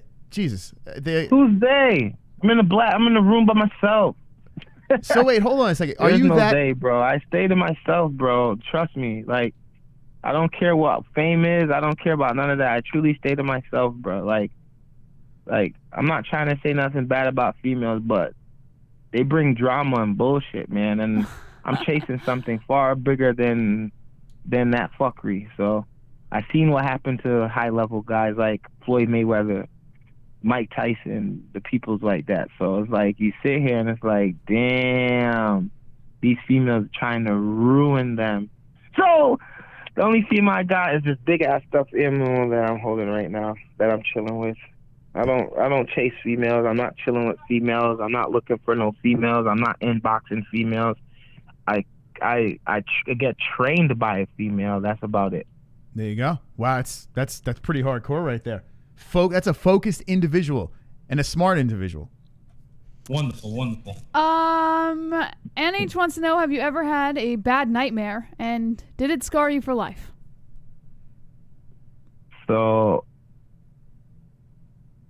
I mean, it's kind of personal, but yeah, I was molested as a child, and there's times that shit creeps up on me out of nowhere, and I wake up crying and going crazy. Ooh. And I gotta call a family member to help calm me down. Wow. Oh, that's crazy, man.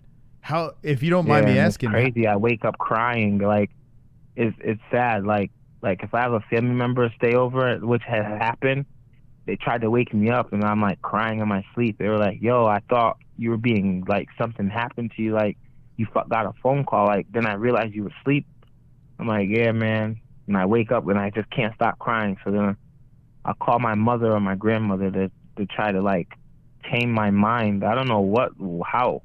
Like it's crazy. I wake up like I just found out my brother passed away or something, and it's like the amount of tears, like my pillow be soaked. So I'll be crying for a while in my sleep. Then no one's ever recorded me, thank God, out of respect, but it's happened a few times. Dude, that's crazy. Do you think that this line of work, it stems from that? Like your rage and your power in your fights comes from that deep, dark place?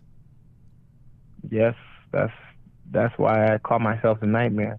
Wow. That all these things that I've encountered and withstand through as a child, I still have a lot of anger in me. So that cage is just my release. Like I told you, that's my world right there. When those cage doors close, I get that. Oh, I know it sounds crazy, but you know how you want revenge? Like, I was bullied and molested and abused and shit like that. Like, my grandmother saved me. So there's like a soft spot. I have a soft side because of her. Like, I don't want to hurt my opponent. So I find ways to finish a fight without hurting my opponent, which is crazy. And my coach is sick of it. He's like, dude, you got to go in there and fight, yo. You can't go in there looking for a way to finish your opponents without hurting them, because they're in there to hurt you. Hence why sometimes my fights take a little long. So what I do is, like, that feeling of bringing of somebody to near death, yo, that shit is like, it's exciting, yo. Like, it's like, yo, I did that. Like, the ref saved your life. Like, yo, and I just be all happy. I don't know. I feel like I have a dark side to me, but at the same time, bringing a human being to near death is crazy fun, bro. Like, you could call it mean or whatever, but that's the only place I get to bring a human to that close and not go to jail. It sounds like a drug, man. It sounds euphoric. It's crazy. You want me to punch Ann in the face for asking that question? 'Cause I'll do it right now. I have no problem. I'll punch her right in the face. No, we're good. All right. I got you back, man. Wow, that's crazy. Thanks for sharing that, by the way. That's a crazy story. It really, I tell you what, man, it really makes people want to root for you even more. You know, I mean, how could you not root for the nightmare, for God's sakes? Crazy stuff. Well, that guy's the nightmare is no joke, man. I just hit that off switch. This person you speak to now just goes into autopilot. You know me. Like, you say people have alter egos. Do you know I have to go back and watch my fights just to remember what happened? Wow. So you, like, black out in the fight? Do you kind of just zone out and... Yeah, I just let my body go into autopilot, and then I go to sleep, and then the rest happens. Like, literally. Wow. People don't see it, but I just flow so smoothly. Like, yo, I know how to transition smoothly in the most dangerous positions. That's a cautious person would make an error. Like, I just let my body do what it does. It's just used to that trauma, being abused by my stepfather and shit. Like, it's used to it, so it knows. So I use that same fucked up situation. I use it as a plus, so I know how to get out of these stupid ass positions where I will get attacked, like by kids in school who try to pin me down and then attack me and shit like that. Like, it's crazy. Wow. I tell you what, it kind of makes these life situations as my autopilot. It kind of makes sense now. It's almost like when in these fights, how you kind of just let your opponent get the better of you in the beginning just to get that out of your system, and then all of a sudden you're like, okay, now it's my turn. It's almost like you're reliving the situation, and then boom, coming back and having your revenge. Yeah. Crazy. That's it. See, I couldn't explain it, but now when I hear it from you, that's kind of what it is, man. Wow, man. Like, dude, that's powerful shit. That's right kind of what it is. Like, it's crazy the amount of bullshit I went through in school, man. Like, yo, and then, like, you grown men that I'm fighting, I don't care what age they are. It could be 18 because that's the eligibility in the cage, to being 42 because I think that's Romero's age. If you think about it, I was a child being attacked by a grown man in his 30s or 20s, late 20s, 30s. Do you really sit here and think a human being across the cage can inflict anything that hasn't been inflicted on me? Come on, man. No. Shit. Man, oh man. It's just impossible. All right, well, I'm gonna make a U-turn here and get the fuck out of this conversation, man. This is crazy. This is fascinating, like, to hear, because now watching your fights, like I said, I have a feeling that you have just got a whole new audience that's going to be having your back. I think everyone in the chat, and let me know in the chat right now if you're Team Nightmare, really looking forward to this upcoming fight. Your opponent, what are you going to do to this man in Abu Dhabi? Bro, I need a highlight reel, and nothing more satisfying than to obtain a highlight reel by somebody who trains with the heavyweight champ on a card where the new light heavyweight champion will be crowned, on one of the most wanted cards where Alessandro versus Costa. Bro, this card screams my name. I will forever be known. And it looks like I'm the opening fight. Trust me. When I tell you I'm going in there with fucked up intentions, I'm going in there with fucked up intentions. I'm not saying this shit to scare my opponent. I'm saying this shit because it's truth. When I go in that cage and that cage door closes, I'm going in there to finish him. I'm going in there to destroy this human being.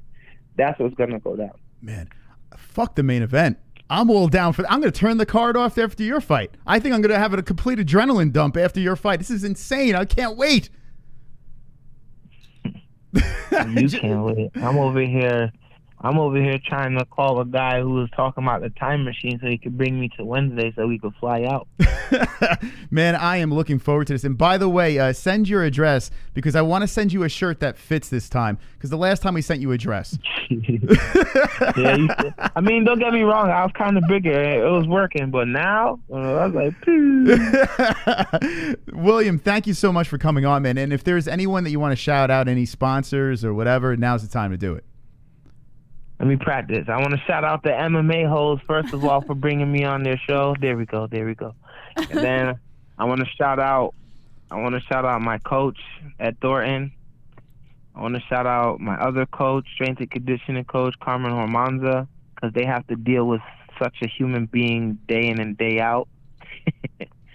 I want to shout out my friends, family, loved ones, all of Connecticut, because, you know, that's where the root of my energy comes from, like some Dragon Ball Z shit. They raise their hands and I start to finesse and build a spirit bomb.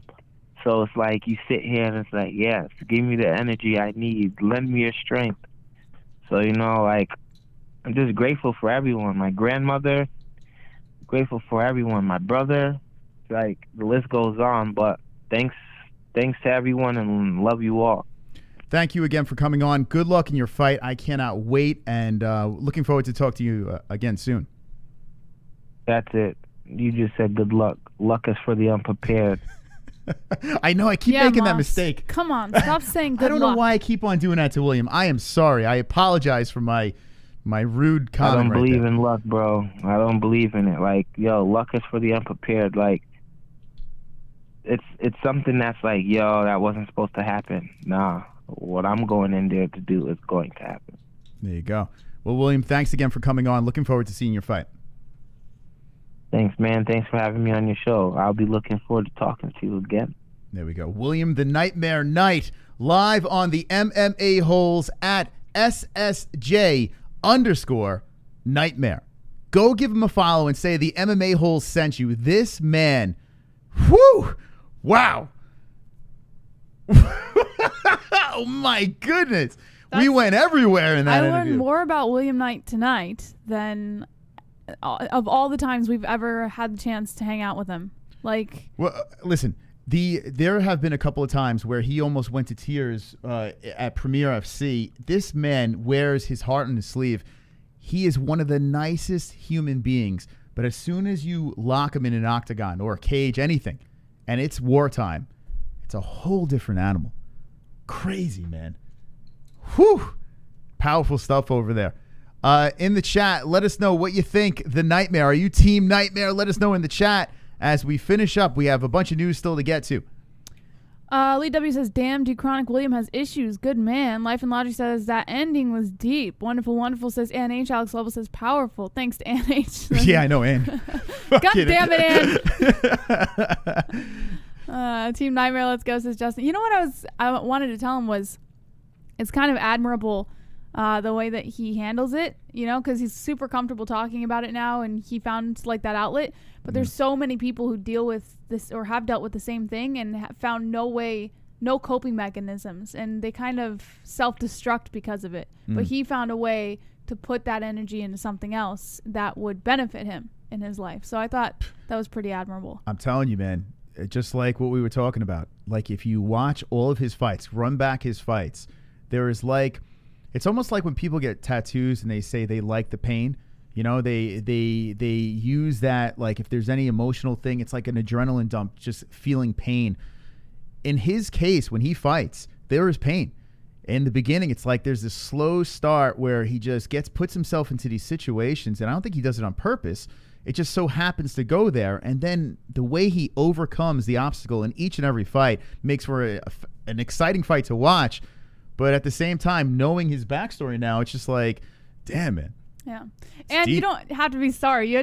We're just teasing you. Listen, there's no way, when you guys ask your questions and stuff, you're just asking you know, out of curiosity. There's no way you're going to know what answer he's going to give with any fighter that we interview. So, listen, I thought the questions are great from the chat. It's not I wouldn't worry. Thank you. Listen, guys and gals, the questions that came out of the chat were great. Anytime we have any interviews, we don't do much anymore, but I only want interesting people, man. Like I want like good people. I want MMA-Holes, you know, and William Knight's an MMA-Hole, and we'll be rooting him hard in his upcoming fight. Now, we have some donations to play. I apologize for not getting to them. The interview was just too interesting. Here we go. New subscriber, Jess. Nice. Crim6ED. Yes. Wonderful, Crim. wonderful. Thank you for the sub, Crim6. And if anyone subscribed during that, thank you for jumping aboard. And make sure you hit the like button. Hit the like button. Zonius in the chat. We did talk about Conor in the beginning. Yes. So just go back instead of sitting in the chat complaining like a little Shopping bitch. during a pandemic. We went like 45 minutes on Conor in the beginning. You're going to fight Usman for the right to have that nickname. Yeah, well, listen, he's bigger.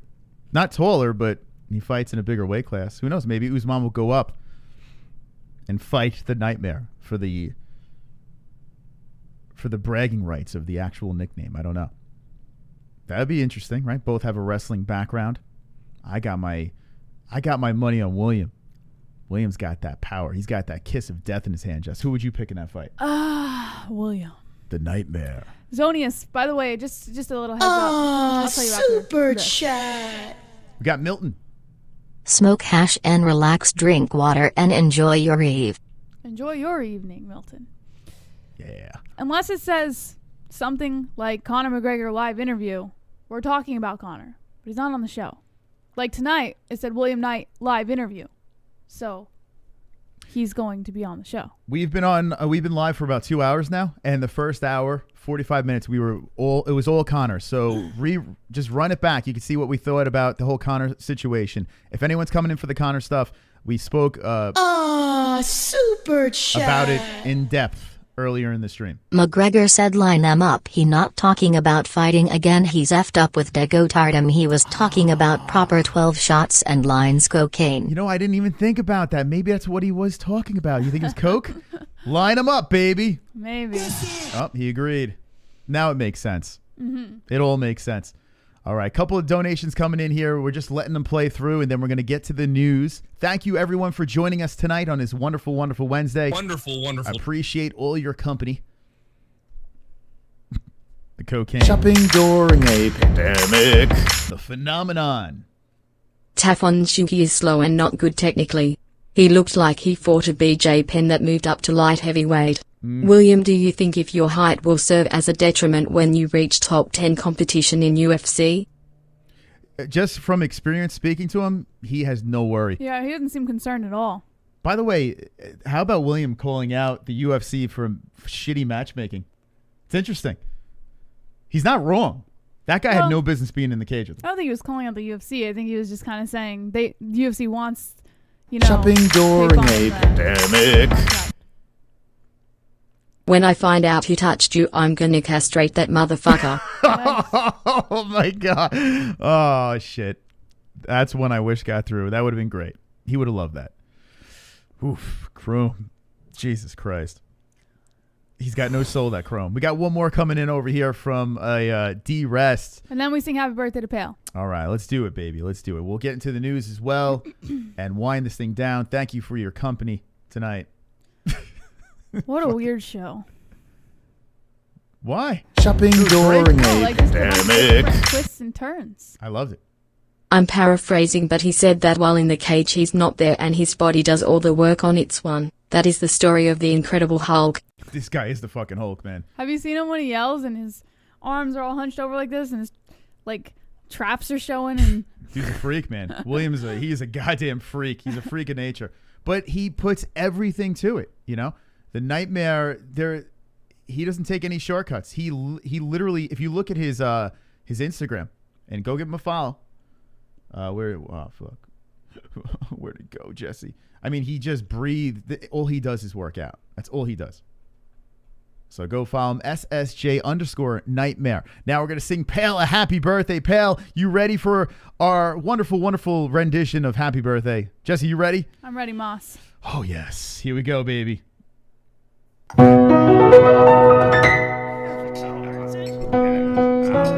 know, Pale Monkey's one of the greatest. He's a moderator. He's an MMA-Hole. He's got a beautiful wife. But today is his birthday. So tonight, we sing, we celebrate. Sing along!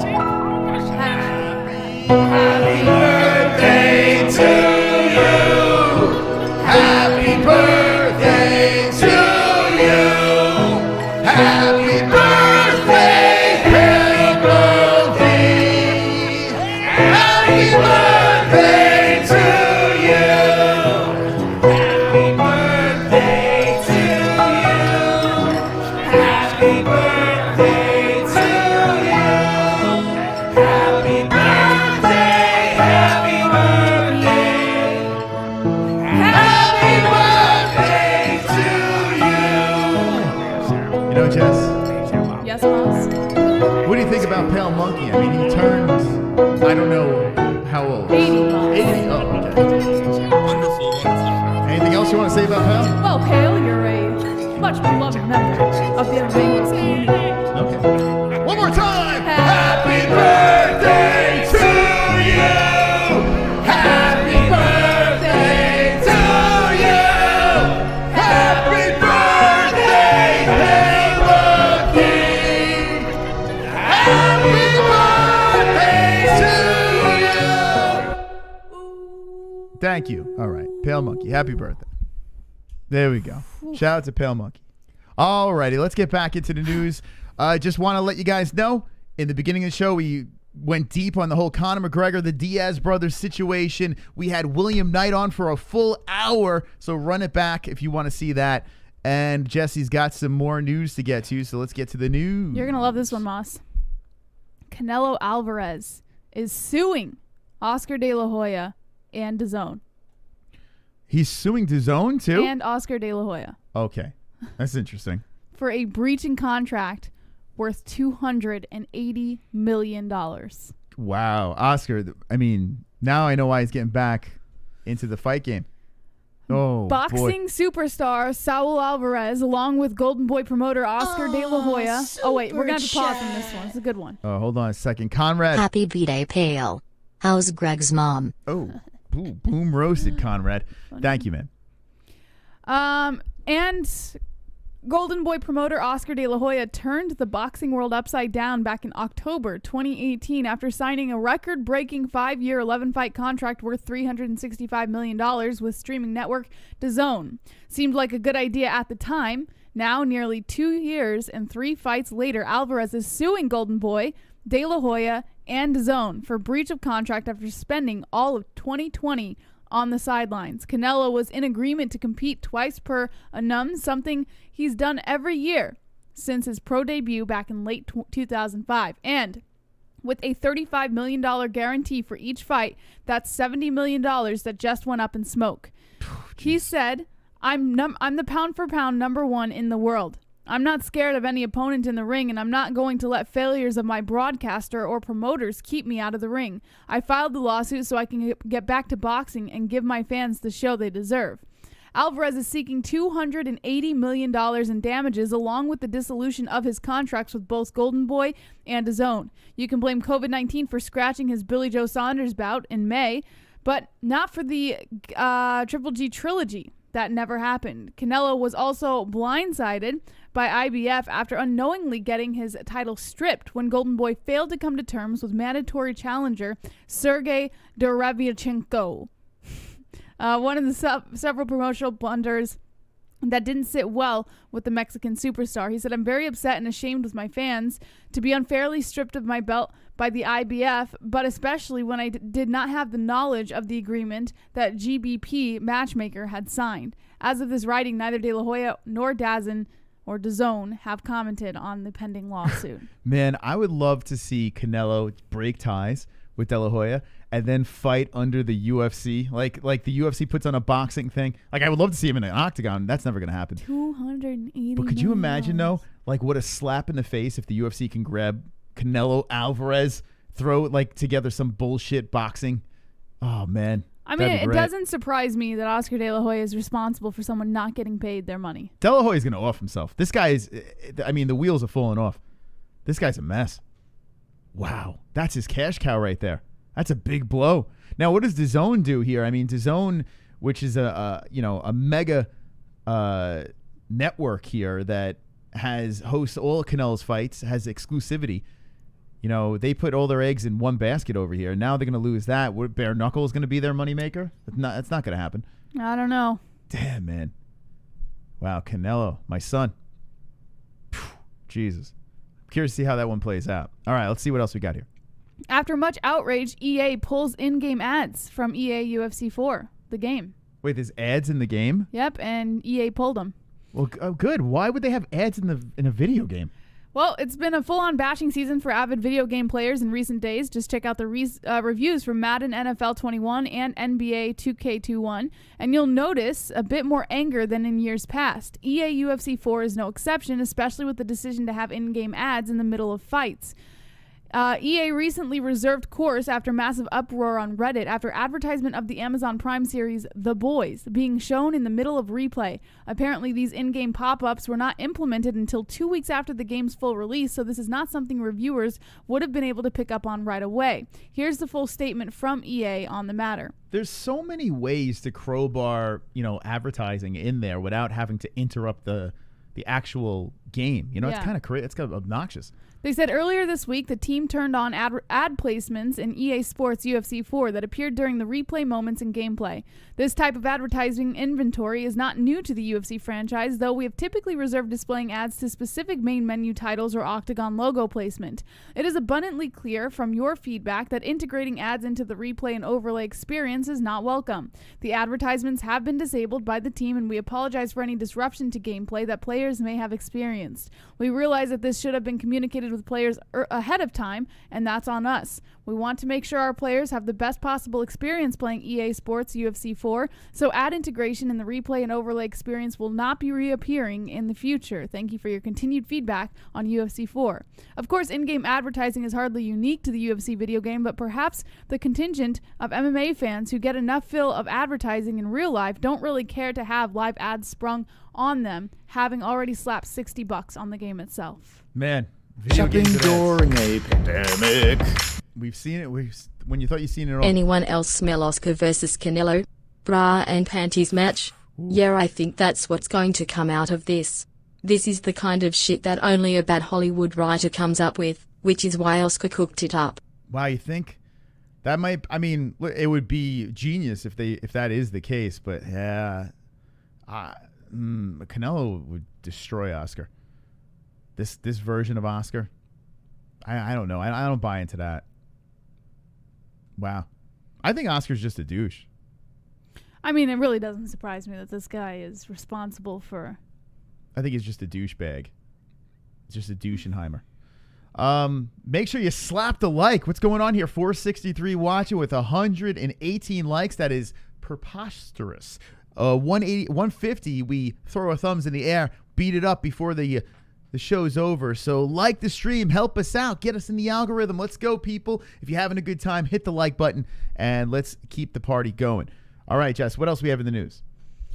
According to MMA Fighting, Stephen Thompson makes his case for welcoming Nick Diaz back to the UFC. Earlier this week, Nick Diaz made headlines when it was announced that he was targeting a return to MMA in early 2021. The announcement quickly raised skepticism from some, but equally as much hand-raising from others who would like the opportunity to welcome the elder Diaz back to the welterweight division. Consider Stephen Thompson to be in the latter camp. Thompson has recently been rumored as a possible opponent for Leon Edwards. However, speaking with Submission Radio on Tuesday, Wonderboy said he wasn't particularly interested in that fight and would much prefer a bout with Nick Diaz if he's actually coming back. If he was interested in facing Edwards, he said, not really. If I were to be honest, if he ever comes back, Nick Diaz would be a really good fight, an interesting fight for sure. I said something on Twitter the other day about I would welcome him back in the division for sure.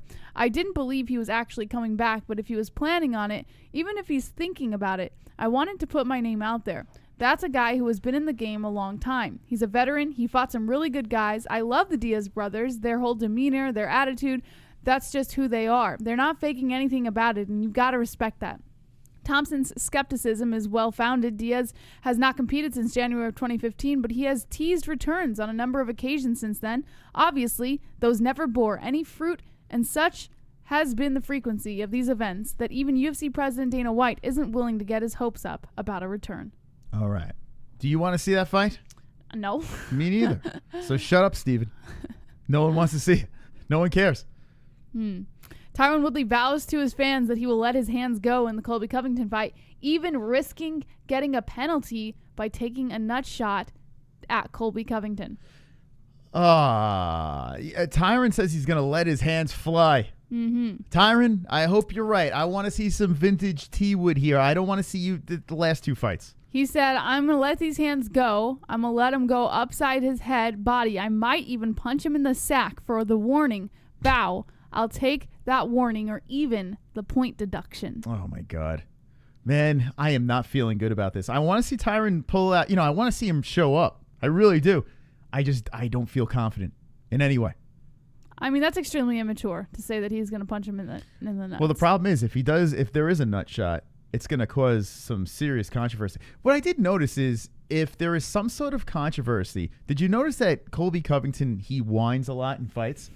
Like if there's something that he doesn't like in a fight, he just bitches and complains. Yeah. Like a basketball player where he thinks there should have been a foul or shouldn't have been a foul. It's like, I guess like the worst part of basketball, just the complaining 7-foot players. Colby Covington is like an NBA player. Like he complains about everything. Like everything's a complaint.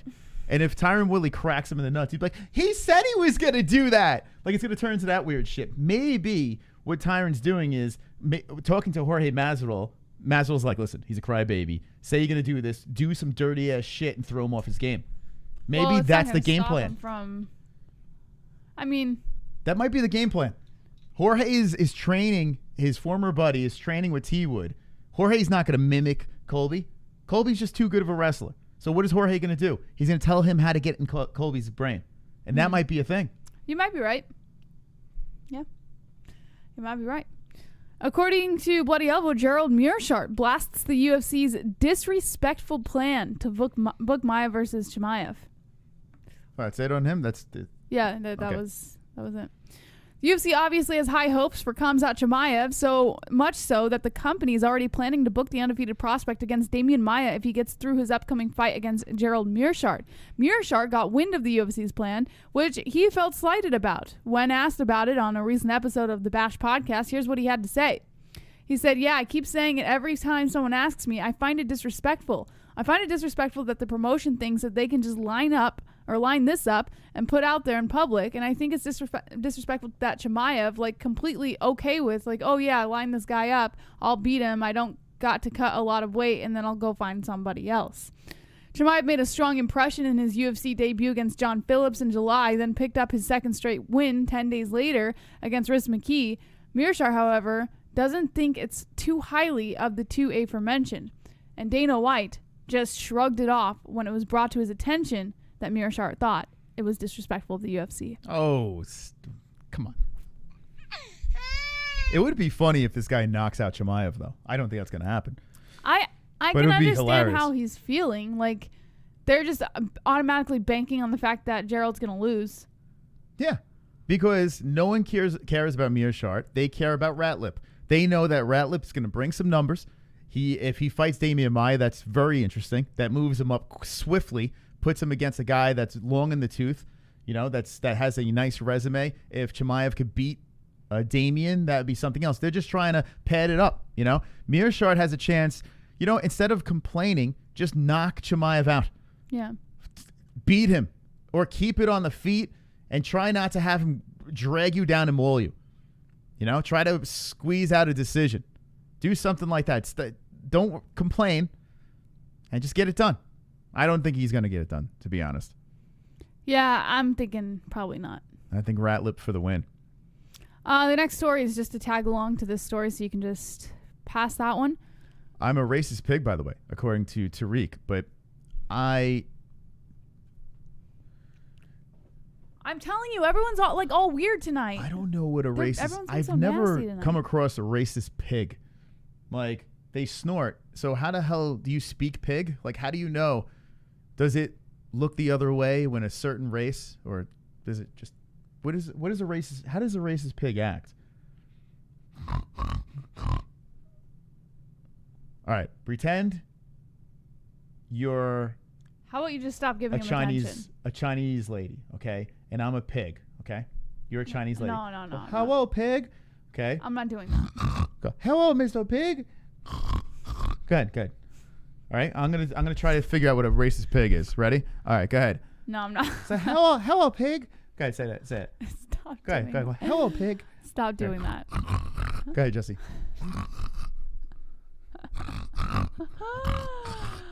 Oh God. No, I'm not. I'm not doing that. Just leave him alone. Oh. I was gonna try to see if I could figure out what a racist pig is. All right. Next story. I said you could skip this one. It's just to tag along to the last one. This is the last one. Lazez versus Zawada is targeted for UFC's October 17th event. I know you're probably not excited about it, but it's there. So that's happening. Keep your eye out. Okay. Fantastic.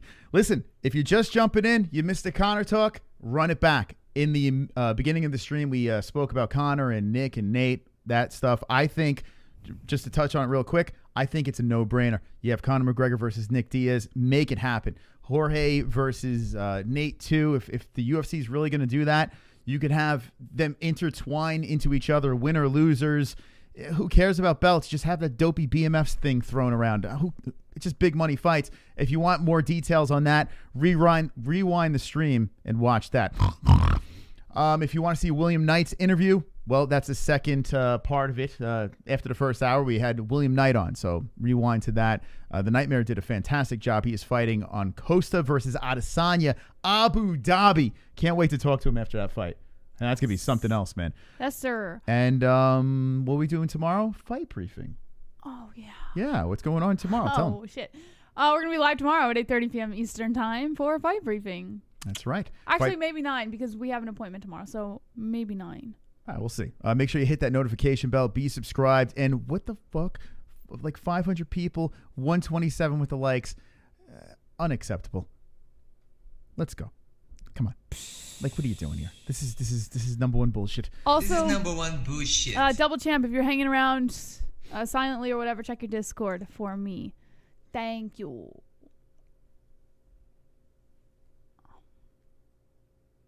Don't be an a-hole. Be an M-M-A-hole. Get out! Get out! Shopping pandemic. I fear you saw we for that guy. But for many money I will you be with you for a long time cling clang clonk hoo hoo wee.